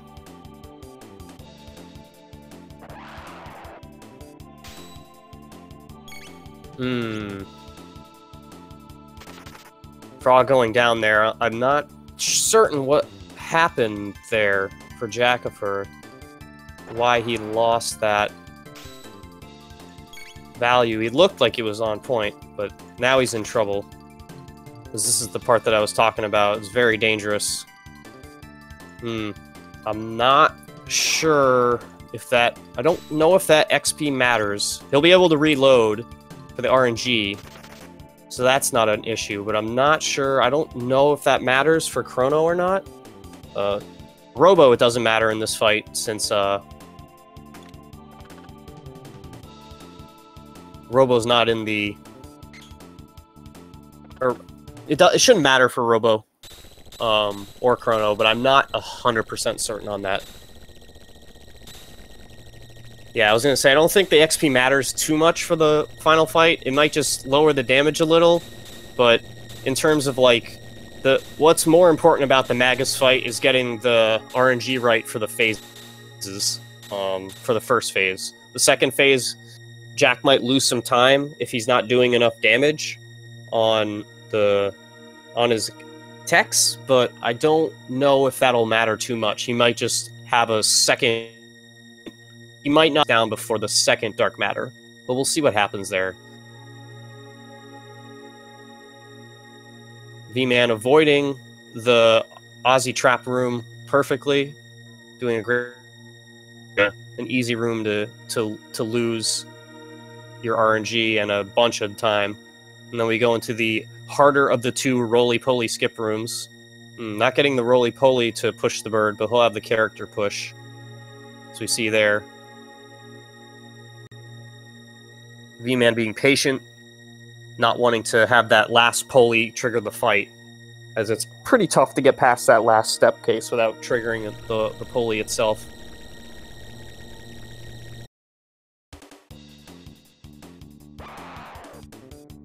Now we've got Jackafur going through the guillotine room as Viiman is in one of the two of the three fights in this room that you can not run away from.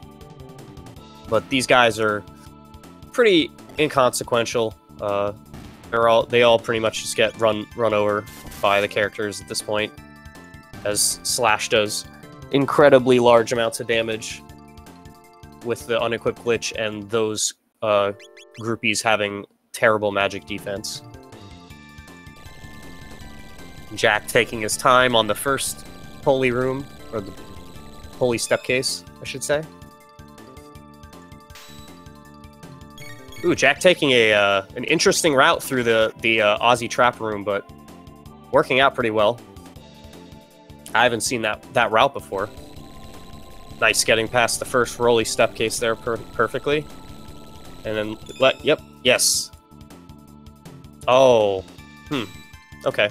He still gets it, still gets the pulley skip versus the characters. But you can have that that bird be moved either by the roly-poly itself or one of the characters. It will move out of the way either way. The roly-poly being a little bit faster, and Jackafur getting it because he was fast enough on the first roly skip on that section.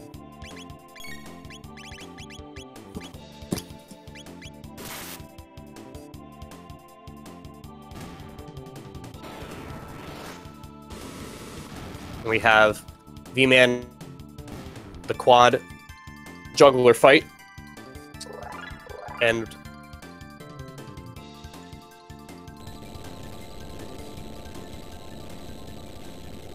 as Jackafur is getting into the second of the 3 fights in this room.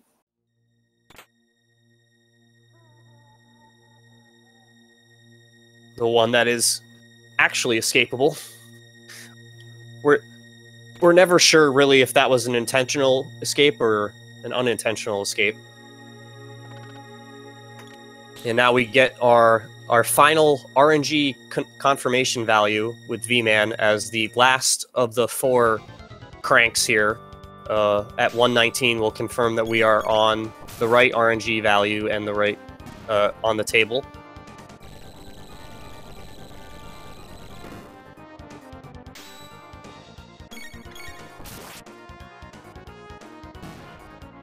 As Jackafur is so close, so very close behind.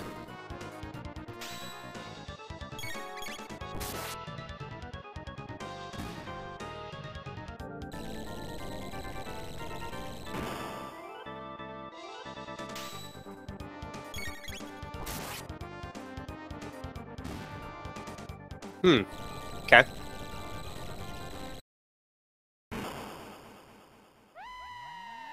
So we got Jackafur wrapped up with the jugglers, and Viiman about to face the final foe of the run.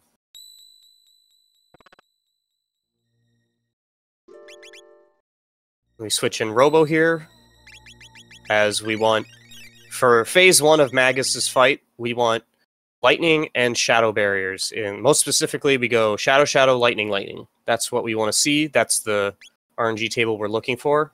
Viiman reloading here because he did not have the 119 value that you want to see. But again, not too bad. Not a big time loss there. As you usually want a safety save there, unless you're super dupes confident that you're on point.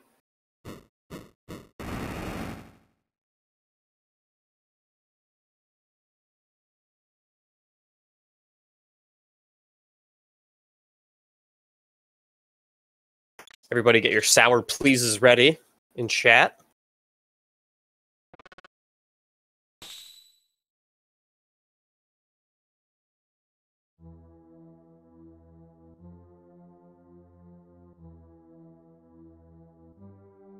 And we're seeing if looks like, and Jackafur is on point, so he will not have to reload, although he might still do a safety save.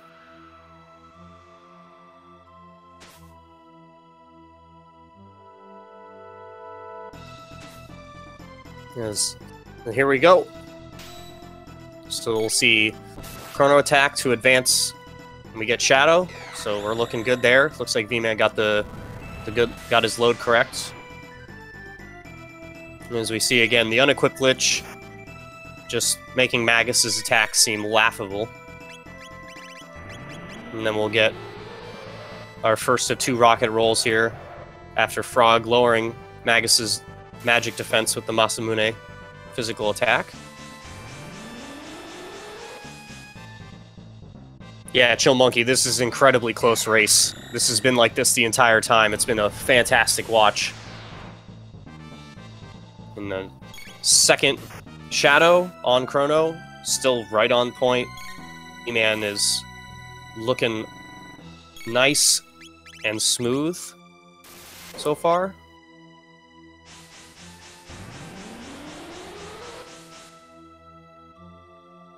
As you see, the unequipped Lich combined with the magic defense drop from the Masamune attack, causing Magus to take hefty chunks of damage from these magical attacks that normally would not be doing anywhere near that kind of damage. Important here to wait for the geyser before you do the lightning attack, so stay on script. Then we got Healing Frog from Robo, very important. Don't want to have him drop.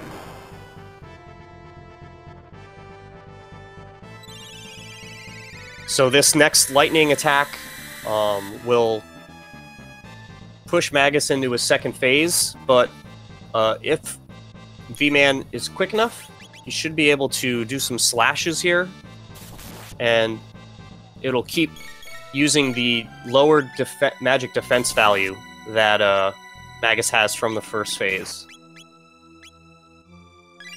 as he does not actually change the barrier. Ooh, looks like he just missed the third one, but that's okay.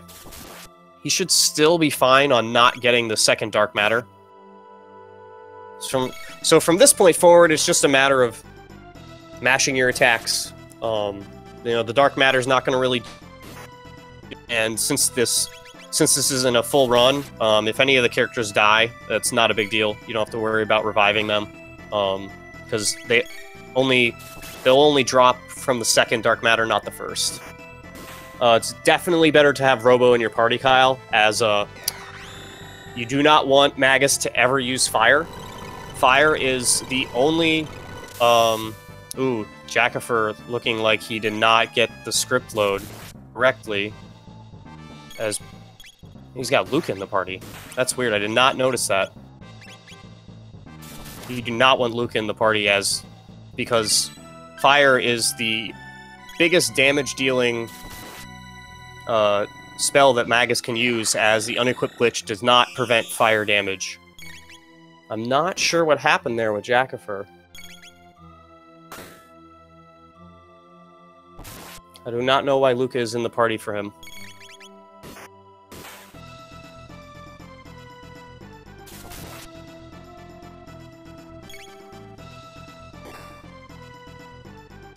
I'm not sure if he just forgot to switch out. I'm not sure what happened there.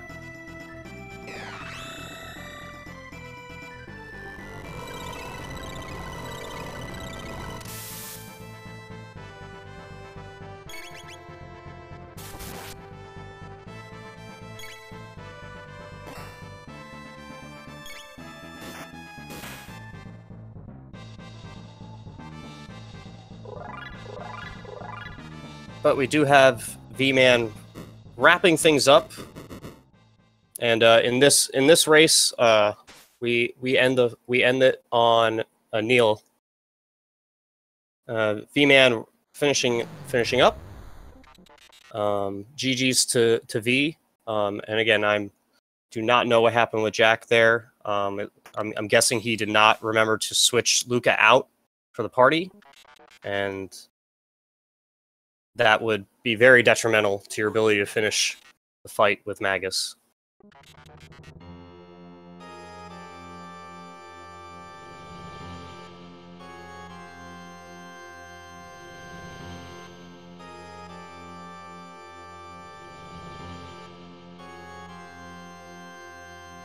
Oh wow, and Viiman reporting that that's a PB. GG's, Viiman. It's always awesome to see race PBs.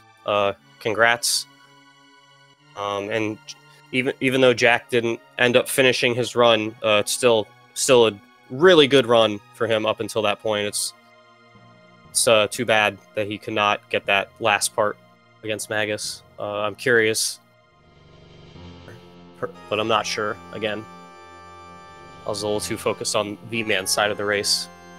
But that was an excellent race for both runners. Very few slip-ups, both back and forth the whole way.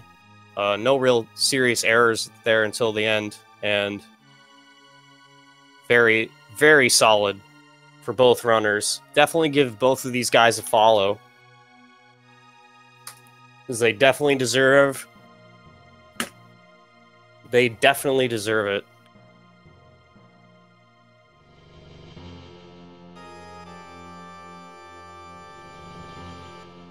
I'm not sure if anybody wants to jump in for a little post-race interview. But what I can do is let everybody know that we do have a race. I think there's a race tomorrow, if I remember correctly. Let's check real quick. Yep, we've got a race tomorrow at 3 p.m. Kitoska and El Magus that's going to be at 3 p.m. We actually have Viiman doing the commentary for that, so definitely stop by and check that out for sure. that will be an awesome race, as both those runners are super talented. I'm super, super excited.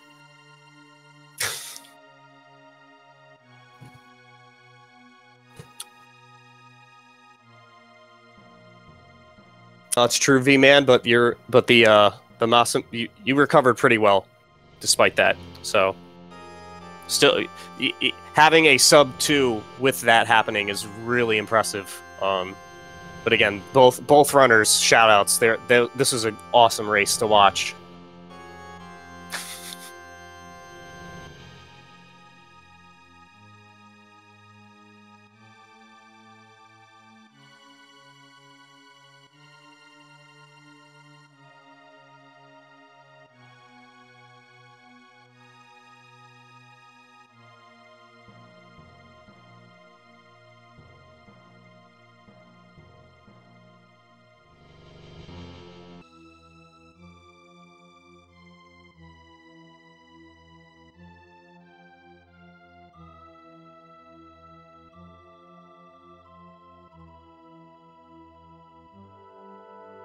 So, I believe, since it doesn't look like anybody's going to jump in, that's going to wrap things up for tonight.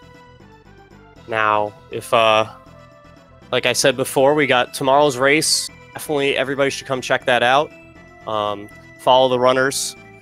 Shout outs to everybody behind the scenes. Bobtastic, Cyclone, everybody involved in speed gaming. Shout outs to everybody else participating and watching. CT community is an awesome community. If you guys are interested in learning the run, in checking out different runs, there's any percent, no LSS. This Magus run is a great stepping stone to learning how to speedrun the game. It looks difficult and challenging, but if you put your nose to the grindstone, you can learn it and be just as successful as any of the people you watch racing. So definitely check that out. And as I said before, definitely... Oh, looks like we got V-Man jumping in here. Hello. Hey, how's it going? GG's. It was an excellent race. Thank you. Thank you. Pretty hot in here. Honestly, I'm not sure. I'm not what happened with Jackafur. He has Luca in his party, so I think what happened was he forgot to switch Luca out for Robo, and then it just kind of didn't go well from there. But yeah. But I mean, you guys were within like a minute of each other at least the entire race. It was awesome. You were synced up for the first like 20 minutes, and then the Dragon Tank caused the first desync, but like you guys were never too far apart from each other.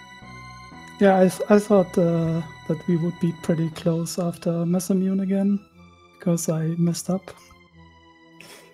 Yeah, but you recovered pretty well. That wasn't the worst Masamune to have happen, but you did a good job of recovering, and he ended up I'm trying to remember where he ended up losing it again. I think it was the... Oh, that's right. He got into a fight with the Reptites, I believe, right before Nizbal fight, and that kind of threw him off the script, and so you caught up from that point, and then passed him, and I don't think he ever recovered from there in terms of like catching up. But again, he was like 12 seconds behind you going into the Magic Cave after Frog cut it open. Oh, that's very close. Yeah, you guys were. It was an awesome job. And then, as I said, I believe you are facing Ottavino next up, if I remember correctly. But let me double check that because I think I'm incorrect in that statement. But so how do you feel about the race overall? Besides the Masamune fight. It was pretty good. I was ahead by like a minute after R-Series of my PB. Oh, that's pretty sweet. How much did you PB by, if you don't mind me asking? 37 seconds. Oh, that's pretty good. Yeah, anytime you get that sub 2, that's really awesome. You know, keep at it. You maybe be able to get another PB on the next race. Yeah, but except for Masamune, I think only Hecarim was pretty bad. I took like 5 or 6 tries. Yeah, that's a really tough one to do though. So that's not the worst thing to have a slip up on. You know. I missed the cake and dash as well. I learned that like 2 days ago or something. Yeah, it looked like you were a little late on the party switch there, but like that's something that you'll get pretty quickly with a little more practice. So I'm pretty confident you'll have it next race.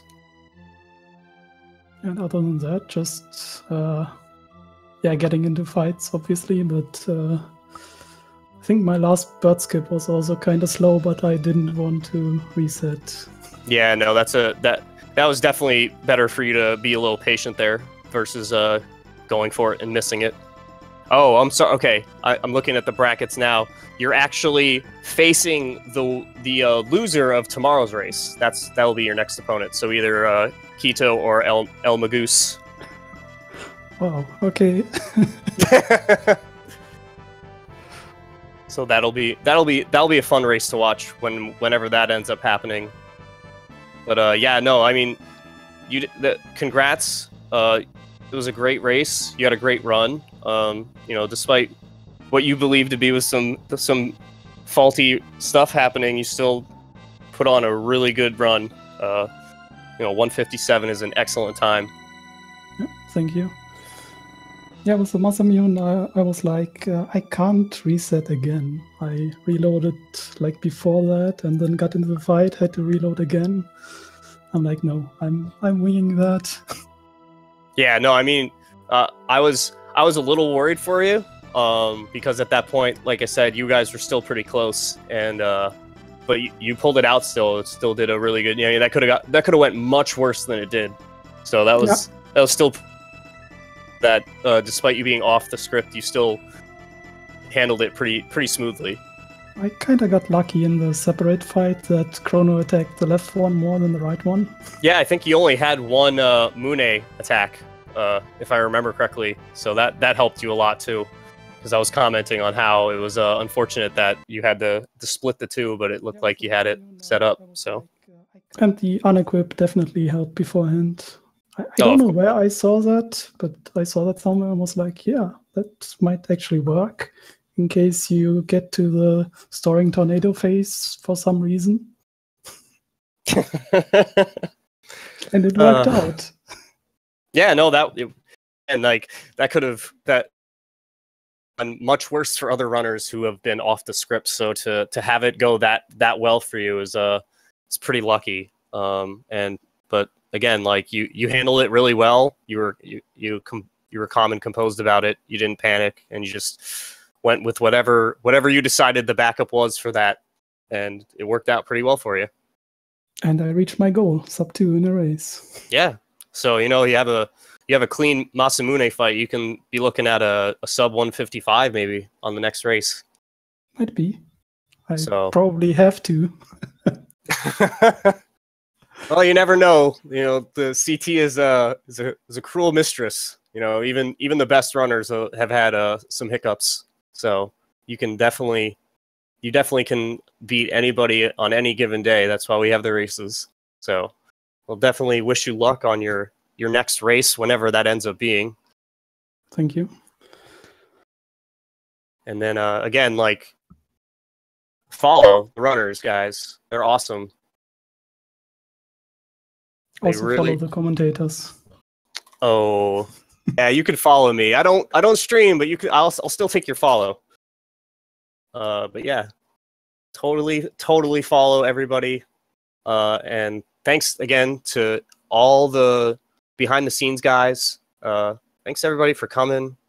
Thanks again, Viiman, for stopping in for a little quick interview. And I guess that's probably just going to wrap things up for tonight. I don't know if we've got something up next on the stream channel, but if we do, stick around for that. If not, stop by tomorrow at 3 and find out who Viiman gets to race. And I even get to commentate that. That's Yeah, the best part. you get to do some easy peasy research on your opponent. Take notes. I always do. All right, Viiman. Thanks for stopping in. And again, everybody, please follow the runners, and definitely stop by tomorrow and catch what will prove to be a fantastic race, I'm sure, between Magus and Quito. Thanks again for stopping in, and everybody else who's watching, have a great night. Yep. Have a nice evening.